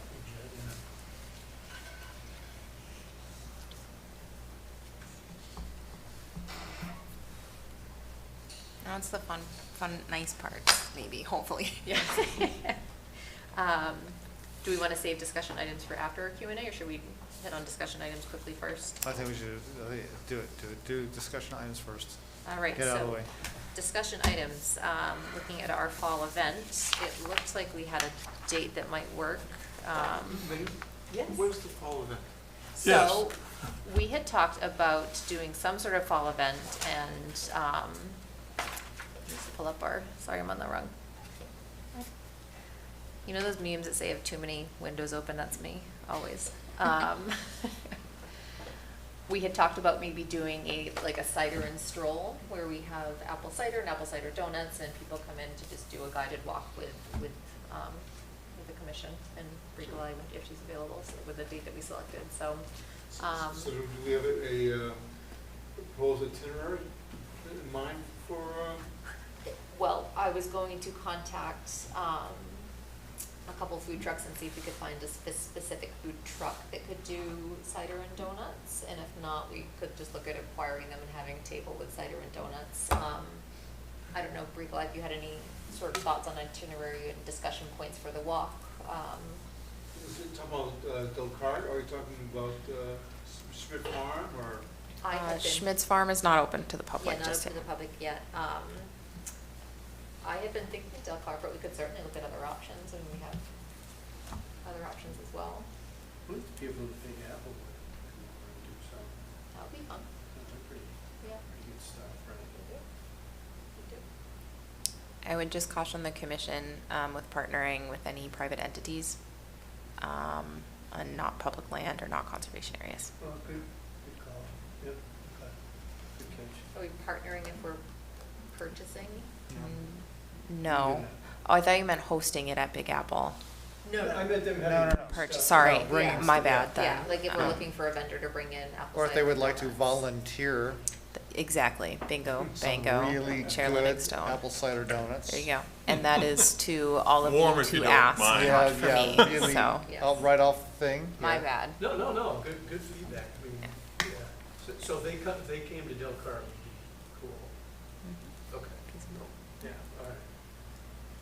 And I think we discussed that we have funds to be able to support this. We have so many funds, it's ridiculous, come on. We're So like it would be nice to be able to. hoarding yeah, cash, Provide that. hoarding and, cash, it's ridiculous. And be able to provide that to the residents and an opportunity to come out. We hadn't really talked about if we invite DCR or anyone Bricolai for the walk, or if you would want to do more of the guided walk yourself. I can always bring back Mike Downey, I mean, he loves us. so. Yeah. We love Mike Downey. We love Mike Downey. We also love Bricolai and her wealth of knowledge too, so I would be happy either way. She's our favorite. I know. That's true. Don't let me know that. Keep me humble. So we looked at potentially Sunday, November 12th. So if everyone can just take a peek at your calendar if you hadn't responded, but I think it would be a morning event there would be fun. What hours? So you're talking about morning? Yeah, I would say maybe like at 10 a.m., give it a little bit of time to warm up before we're, freezing in November. But I think we could certainly be flexible if that time doesn't work for everybody. That was the It's 12th? 12th. Thursday, Friday. That's good for me. So what are we thinking, 12 now or 10? The Oh, date 12. is the 12th. Oh, good. The date is Yeah, the 12th. 10 o'clock and the Yeah. 12th, got it. And then I'd also discussed with Ricolai doing a kids activity. I brought the boys over to Riverbend last week, and we had a nice little hike down. I kind of wanted to see if they could handle the hills going down to the river and It's back. kind of an interesting deal. Yeah, it was a big, 4 and 7-year-olds did great, so. Yeah, that's good. I've got a really cute book called Bear Goes On, and it's about all these animals that come together for an adventure down a river, and they didn't realize they were all part of the same ecosystem, and it's a cute story, so I think it would be fun to do a kids event, getting kids out and, into our open spaces. So we're gonna set something up on a Tuesday or Thursday morning. I will get you a date for Nikolai so that we have that on the calendar. And we'll just do a little walk down to the river. There's a little open space down by the river for those of you who haven't been down there. We can have, the kids can have a snack, I'll read the story, and we can hike back up. So, Do you want me to call Big Apple about the 12th? that sounds great if you'd like to. All right, just see Love if for they. you to do that. Thanks, Mark. Yeah, no, I'll see what they say, right? Yeah. We have good pies. Oh, that's why. They have very good pies. Their pies are way too good, way too good. I'm dialed in for that. Oh my God. Yep, yep. And they run out like really fast for Thanksgiving too. You gotta get your pies in really early. Love pies. Always give them a pie. And then the other thing on our agenda, just for discussion items, was our schedule for the remainder of the year. I don't know if anyone looked at their November, December. We don't technically overlap on any of the holidays. Personally, for me, looking at December, I will be away that last week. That is the week of Christmas, so the 28th would be our meeting. That was a tough one. No. So I don't know if that's one that we want to. We typically haven't been having meetings the last. Yeah, we don't want to do the 28th. Between Christmas and New Year's now. So are we then okay procedurally to go from the 14th, skipping the 28th, and then picking back up the 11th, or do we have to shift a week up? No. We could just exclude that I don't 28th. think so. Yes, for the next meeting, that's actually a good reminder for me. I need to make 2024 schedule. Okay. So I can bring a few different iterations of that. Perfect. Well, then let's plan now so that everyone's aware that we will not be meeting on December 28th, if everyone is good with that. Excellent. And that is it for discussion items, unless there's anything else, Ricolai, that you or anyone else on the commission wanted to discuss. Did you want to say anything about Touch a Truck? Oh, yeah. I put it on there. It was great. Everybody loved our boat. We had the conservation flotation out there. I think it went well. Next year, I would like to, since you've all been volunteering at the farmer's market, you all know how we have the paper rock holders or rock weights, thanks to Megan. Children love those. So if we could give away rocks next year, I think we'll get, We'll bring back yes. the pet rocks Yes, thing. so lots of, Put googly eyes on rocks and give them. exactly, kids. creative There ways you go. that we can. There we go, yeah. Conservation rocks. Yeah. Conservation rocks. We can do, there is a Kindness Rock section at Delcart, for those of you that haven't been out in the Story Walk section. We could Yes. even have some of our farmers markets be painting your Kindness Rock to leave out And- there. And coming soon, conservation chia pets. Haven't thought about a chia pet in decades. That's amazing. What's old is new again. As long as we do that, you just spray I'm it. telling you, heard it here first, it's coming. I would love to see that. Get the one with the guy that used to do that painting show on public TV. Bob Oh, yeah. Ross. Okay, yeah. Amazing. All right. I think that's it. So I think we would love to welcome you all. Thank you for still Wow. being here. The longest meeting in 2 Yeah. years. Okay, you're in. You made it this far, you're in. Right, Yeah, all right. The gauntlet. The gauntlet. All right. If you're still awake, like I'm not, you're in. Did warn my husband, I thought it was gonna be a longer meeting. I wasn't thinking this late though, so. So now you all at least get a very good overview of what our commission meetings can look like. They're usually not quite this long, but they certainly can be. We have, usually our public hearings go first, followed by all our general business, including the MBZA. This week we chose to do it separately, just due to the amount of public hearings and a request from one of the residents of the MBZA. So we do have some flexibility when we have specific resident requests to be able to sort of shift some things around. I don't know if we'd like to just maybe invite everyone up one at a time to introduce themselves. We have 4 Does that people? work for, yeah. 3 people, 4 people? 4 people. Five. Five people. Go see if he's up there. Okay. I'm not a resident of Franklin. I have a business in Franklin. I own property in Franklin. Yeah, you have to be a resident to be on the commission. Yep, so it's, I wanted to help whatever way to save a salad and well, thank you. So to actually have a position on the commission, you do need to be a resident, but just so that it can be something that you're keeping an eye out on, we are in the middle, so we just had our open space and recreation plan that we're still waiting for our official approval to be able to put forward and have be our official document, and we're rolling those things into the town's master plan.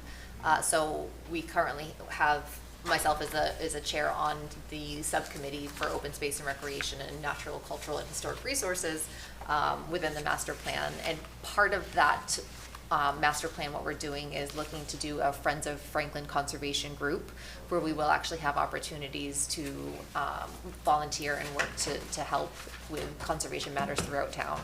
So can I follow that on the internet? absolutely, yep. So we'll be posting more information on that. There will be at the farmers market tomorrow. If you happen to be in town, I'll have a QR code to be able to sign up, but we do have a sign up. Yeah, so that's, I just wanted to know that up front. Well, thank you. Thank you. And thank you for your interest in helping us and for You're welcome. working with conservation. I'm right next door at Medway, so. Oh, wonderful. 10 minutes away. I appreciate your time. Thanks for sticking it out. Yeah. Yeah. I'm glad I'm not. Actually, take care. Thank you so much. All right.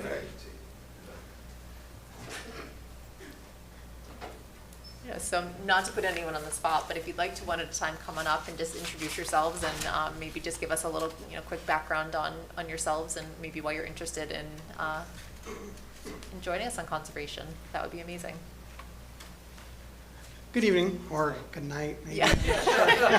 Good tomorrow. So my name is Jeff Lyons. I'm a new resident of Franklin. I'm just moved here about a year ago from Indianapolis, Indiana. Moved here, family dynamic changes, things we needed to do, and then I ended up getting a job at Boston Children's Hospital. Work for them as a IT systems analyst. I'm a registered nurse by background.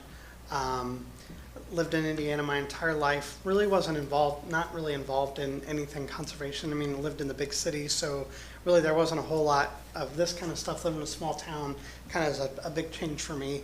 And I wanted to try and get involved somehow.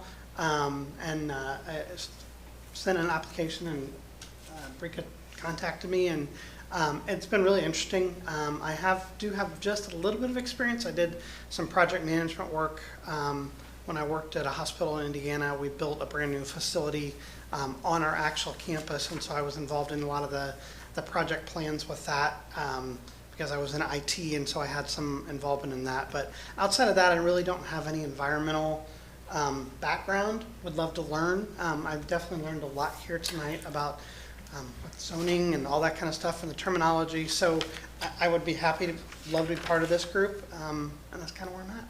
And I live at 239 Daniels, so I don't see the water. I see the water going by my house, but that. So that's kind of where I'm at right now. Great. So you're on the other side of, you're on the Lincoln side. Yeah. Yeah, so I'm over by on the other, in the middle of Lincoln. Okay. Middle Lincoln. But, yeah, so one of the things that everybody should know here, this is important, for, it's really not necessary for you to have a strong background in conservation.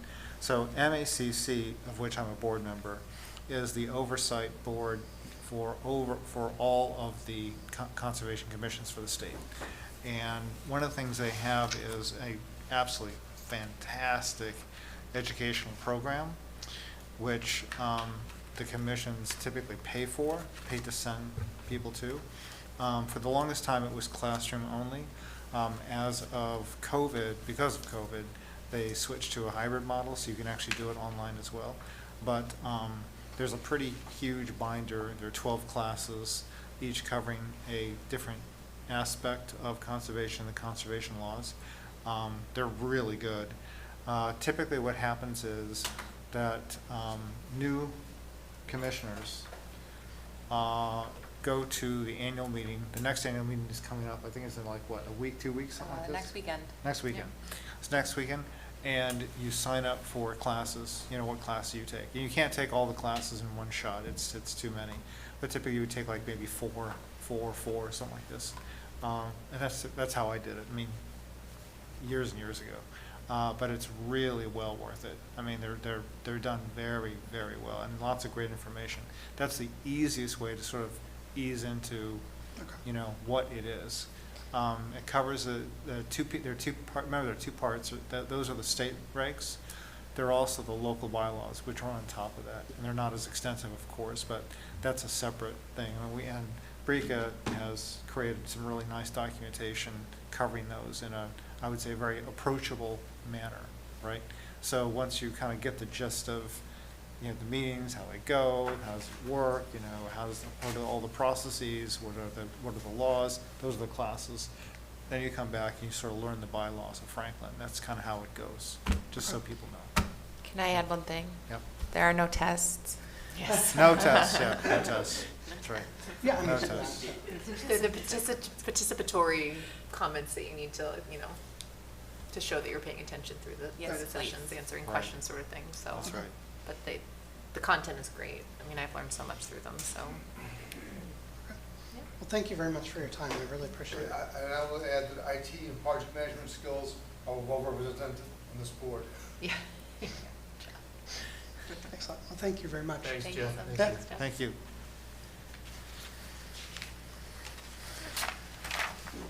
Hello. Hi, how are you? I'm Heather Toshti. I have some background in planning, so I understand some of the land use terminology and some of the looking at plans. I'm not great at it, but I can definitely learn. And I was the admin assistant in planning, and now I'm in the Board of Health in North Attleboro. So I understand some of the municipal processes. I'm definitely interested. I'm a longtime resident here, born and raised. So it's definitely something I wanted to get involved with in the town. Definitely protect our natural resources. So. Okay. Thanks, Heather, that's wonderful. Thank you. Thank you. Thank you. Thank you. Thanks a lot, Heather.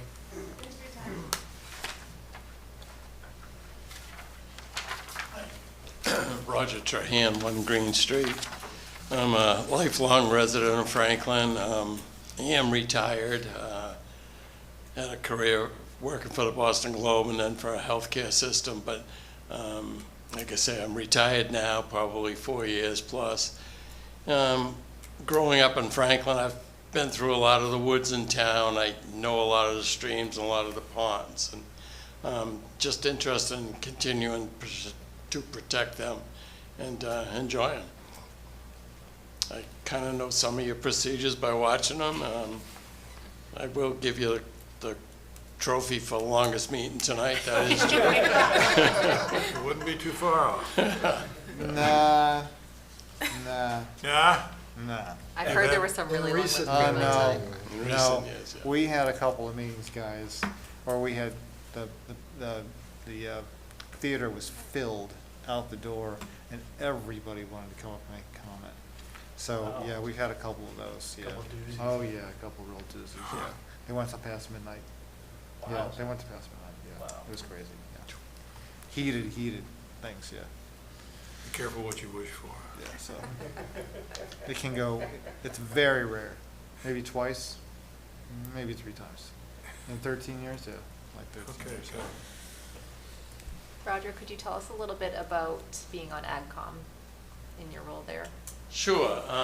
Probably it was started in 2017, and I was in it from the start.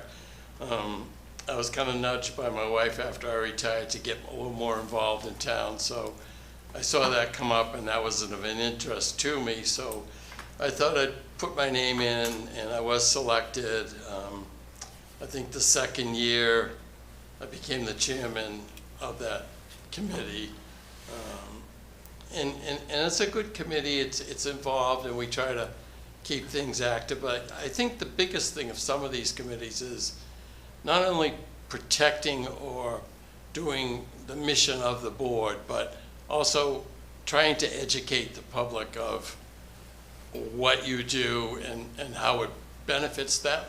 I mean, you know, some people may look at things negatively, but it's better for the town as a whole, so you have to go with that.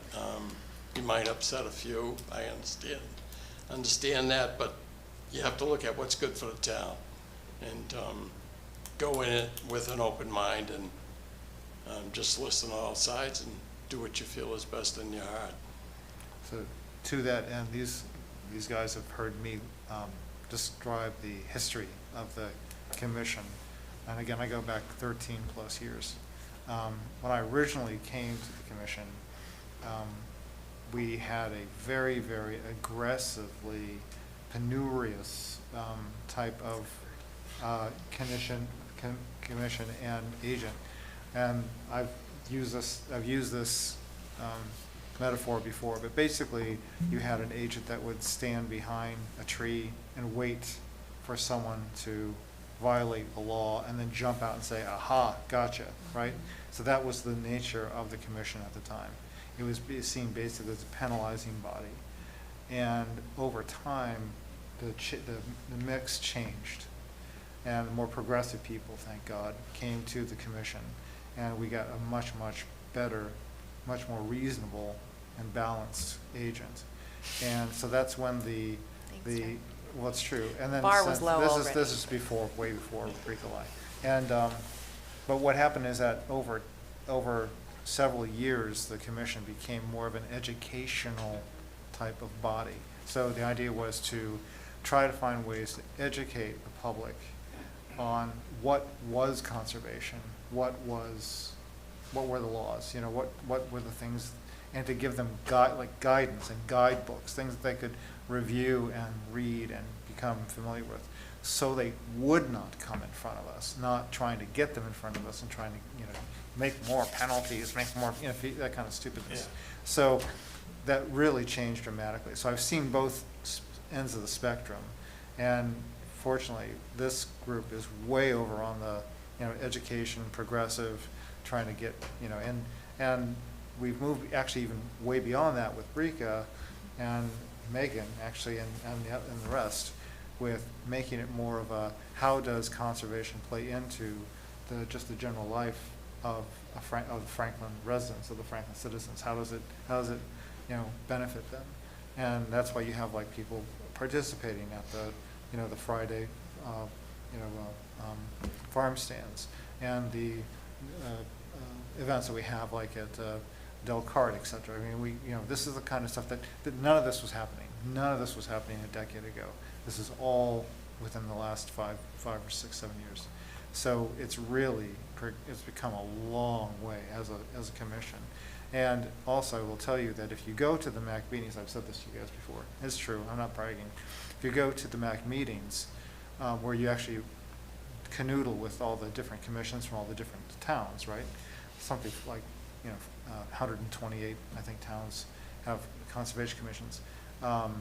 You are constantly told how progressive Franklin is, because a lot of the procedural things that we've come up with and bylaws that we've written end up being adopted by other towns. So we are seen as one of the most progressive towns and driving towns, leading towns in terms of conservation, all the state of Massachusetts. It is true.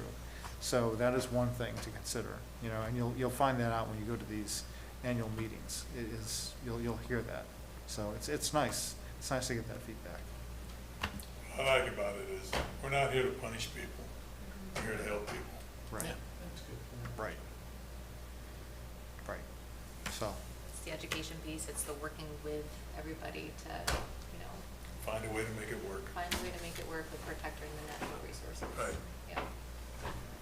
and we're also, and one of the things that I've been trying to do is, as a director on the MAC board, is I've been bringing some of the things that we find, we run into here in town up to the level of the MAC board. One of the things just recently that we've discussed, Rick and I and the rest we're discussing, is in many states, just like Massachusetts, if you're a new home purchaser, if you purchase a home, particularly if you're a first-time purchaser, like a young person, you know, first time, you won't know anything about conservation. You'll have any idea what it is. I mean, typically, right? And it could be that either there are restrictions on the property, or more likely, the previous owner did something, actually caused something to make a violation, like they threw, you know, they dumped everything in the wetlands or something like this. The way that the law is written is that the purchaser of the property, even if they don't know anything about it, even if they had nothing to do with it, they're the ones on the hook to clean it up, or to pay the fees and the fines. We don't think that's fair. We think there's an issue of disclosure. So that's where conservation crosses the line and becomes consumer protection. So one of the things that I brought to the last board meeting was maybe the MAC board should work with the CPA, the Consumer Protection Agency of Massachusetts, and try to get laws passed dictating that realtors who represent properties have a obligation to inform, to first discover and then inform potential buyers of violations or restrictions that impact the property. That's not how it works now, and I don't think it's fair. And so we are currently in the process of driving that idea into the state legislature. But that happened because of a conversation that happened here in this chamber, in Franklin, as a case in point. Roger, can I ask you a bit of a pointed question, if you don't mind? From being an AdCom in your experience in town, I know you have a lot of really strong relationships with people in the community, and some of those people would be people that you would see in this chambers.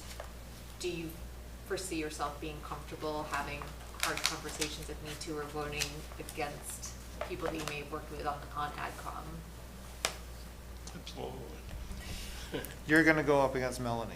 Yeah. Yeah. Melanie's not gonna do anything wrong. No, I know. I know, Okay. I know. I'm just saying, yeah, right. Yeah, I'd like to see, I wanna be in the room for that. But you can recuse yourself for Mel, that's fine. Yeah, there's always option of recusal. Yeah, Well, absolutely. Jeff would have to do that then, right? Yeah, that's Yeah. true. Yeah, I live next to her. Do you really? Yeah, Oh, man. I didn't really, yeah. yeah. We share a driveway, literally. So you gotta be nice. Her driveway is my easement. Oh, man. I assumed that was your answer, but I wanted to have it on the record, so thank you, Roger. Thank you. Thanks, Roger. Do you guys have any questions for us? Anything that you saw tonight that, you know, you made you question what we do, or What are these crazy? why are we here? I and- wanna join these crazy people, what in the? Yeah. I don't know, I think it's been very interesting, I will say that. So it's been, I mean, having come in from a big city and not really been involved, and to come to something like this, it's eye-opening, and it's refreshing to see that there's a group that is really looking out, one, for the public, and then looking out for the environment. I will have to tell you, it's not always an easy balance.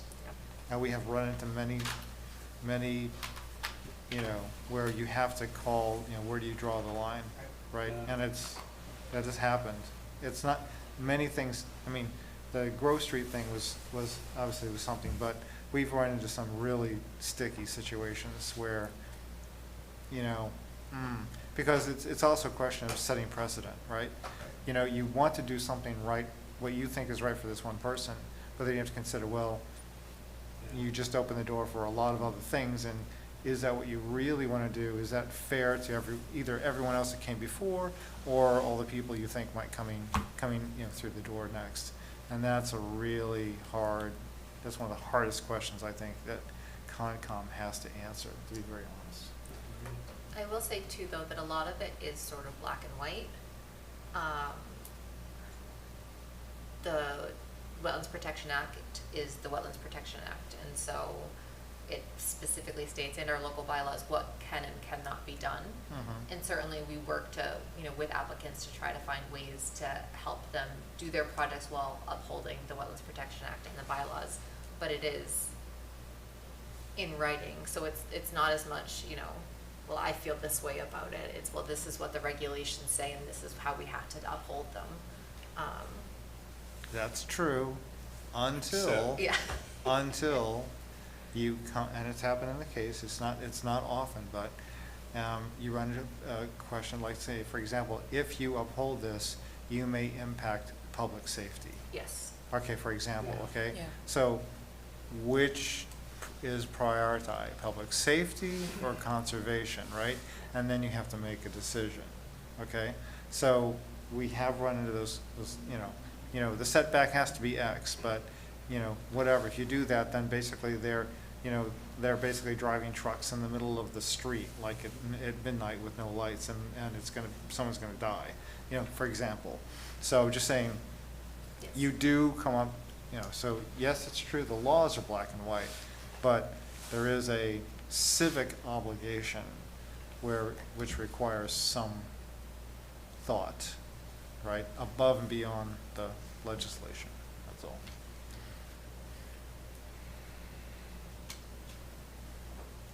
If anyone doesn't have anything else, so from here, I guess for everybody, next round is with Jamie. So we will be in touch with the applicants that would interview with Jamie. Yes, so Jamie, our town administrator, Jamie Helen, has asked for up to 2 applicants. So that is for you to, yes. Okay. Yes, so I'm not sure in past how you've handled that, Jeff, since the past 2 appointments have been without Q&A. Well. So I don't know if you would like to email me individually, you know, your thoughts. Yeah, why don't people just send something to, and she'll call, so she will put it together, and then basically we'll talk about it. And then we'll make a recommendation on what to do, what to send to Jamie. Okay. Okay? Okay. All right. For everybody? That's good. Does that work for everybody? Do that. Absolutely. The main thing here is, and this is me, now my personal opinion, okay? So I'm open forum, I'm talking to you guys. I really had a problem massively with the way that a former chairman was handling appointments, because he was basically making those just unilaterally without any interaction from us or any input from us at all. I thought that was extraordinarily wrong and unethical, and so I want to be very careful not to make sure that everyone is represented on the commission and everyone has a say in a vote. So if you don't think you are getting represented, particularly things like this, please speak up and say something, okay? Appreciate it. It's not cool not to have everybody included, so. All right? Thank you. Okay, so, all right. All right, well, with that, we have a motion to close. One closing thought, briefly, we have a, Smith Farm next Friday, we have a ribbon cutting ceremony. At Schmitz. Ribbon cutting, yeah. Yes, at Schmitz, yes. So Right. this is not, it's, Schmitz is not open to the public. This is for board staff that are involved in the acquisition. GP is yeah. Yes. So, yes, you have that flyer in your email inbox, and you are more than welcome to attend. Do we know if Pat was included in that invitation with his work on? I'll make sure he gets it. Yeah, he's no longer in my email list for I'll Concom. make- I'll make I'm not sure I'll make if sure he gets it. I'll make sure he gets TA it. staff sent it. He can be a guest of the CPA. Absolutely. I don't know if he'd be able to make it, but I thought he, with all his Yeah, work. absolutely. Yeah, no, it was big. That was big. It was a Yeah. big deal. Yeah. What Huge is the deal. timeline for Schmidt Farm to be open to the public? Years likely. So we still have to draft the conservation restriction. They're still in the house. They're still building their house. There are no designated trails.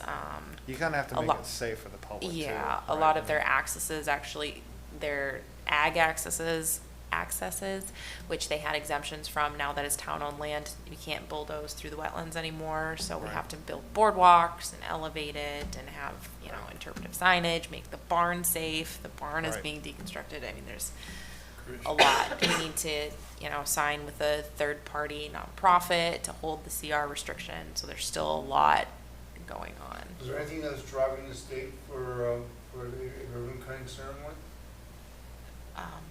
No, just, It's really an announcement. yeah, it's just, An it's announcement. the official announcement Yeah. that the town has purchased I mean, it. it's a The it's a family ma- is, It's a major win for CPA. Yeah. Right, and remember that CPA is new. We were Yep. only what, a year and a half old or something like that. I mean, very early. So this is seen as a big win for, It is. Right. It absolutely is, yeah. Right. No arguments there. All right. Motion to adjourn. Second, Sid? Undebatable, undebatable. Does everyone vote? Yes. Aye. Aye. Meeting adjourned. Tyler, any business sign? There's, Recording stopped.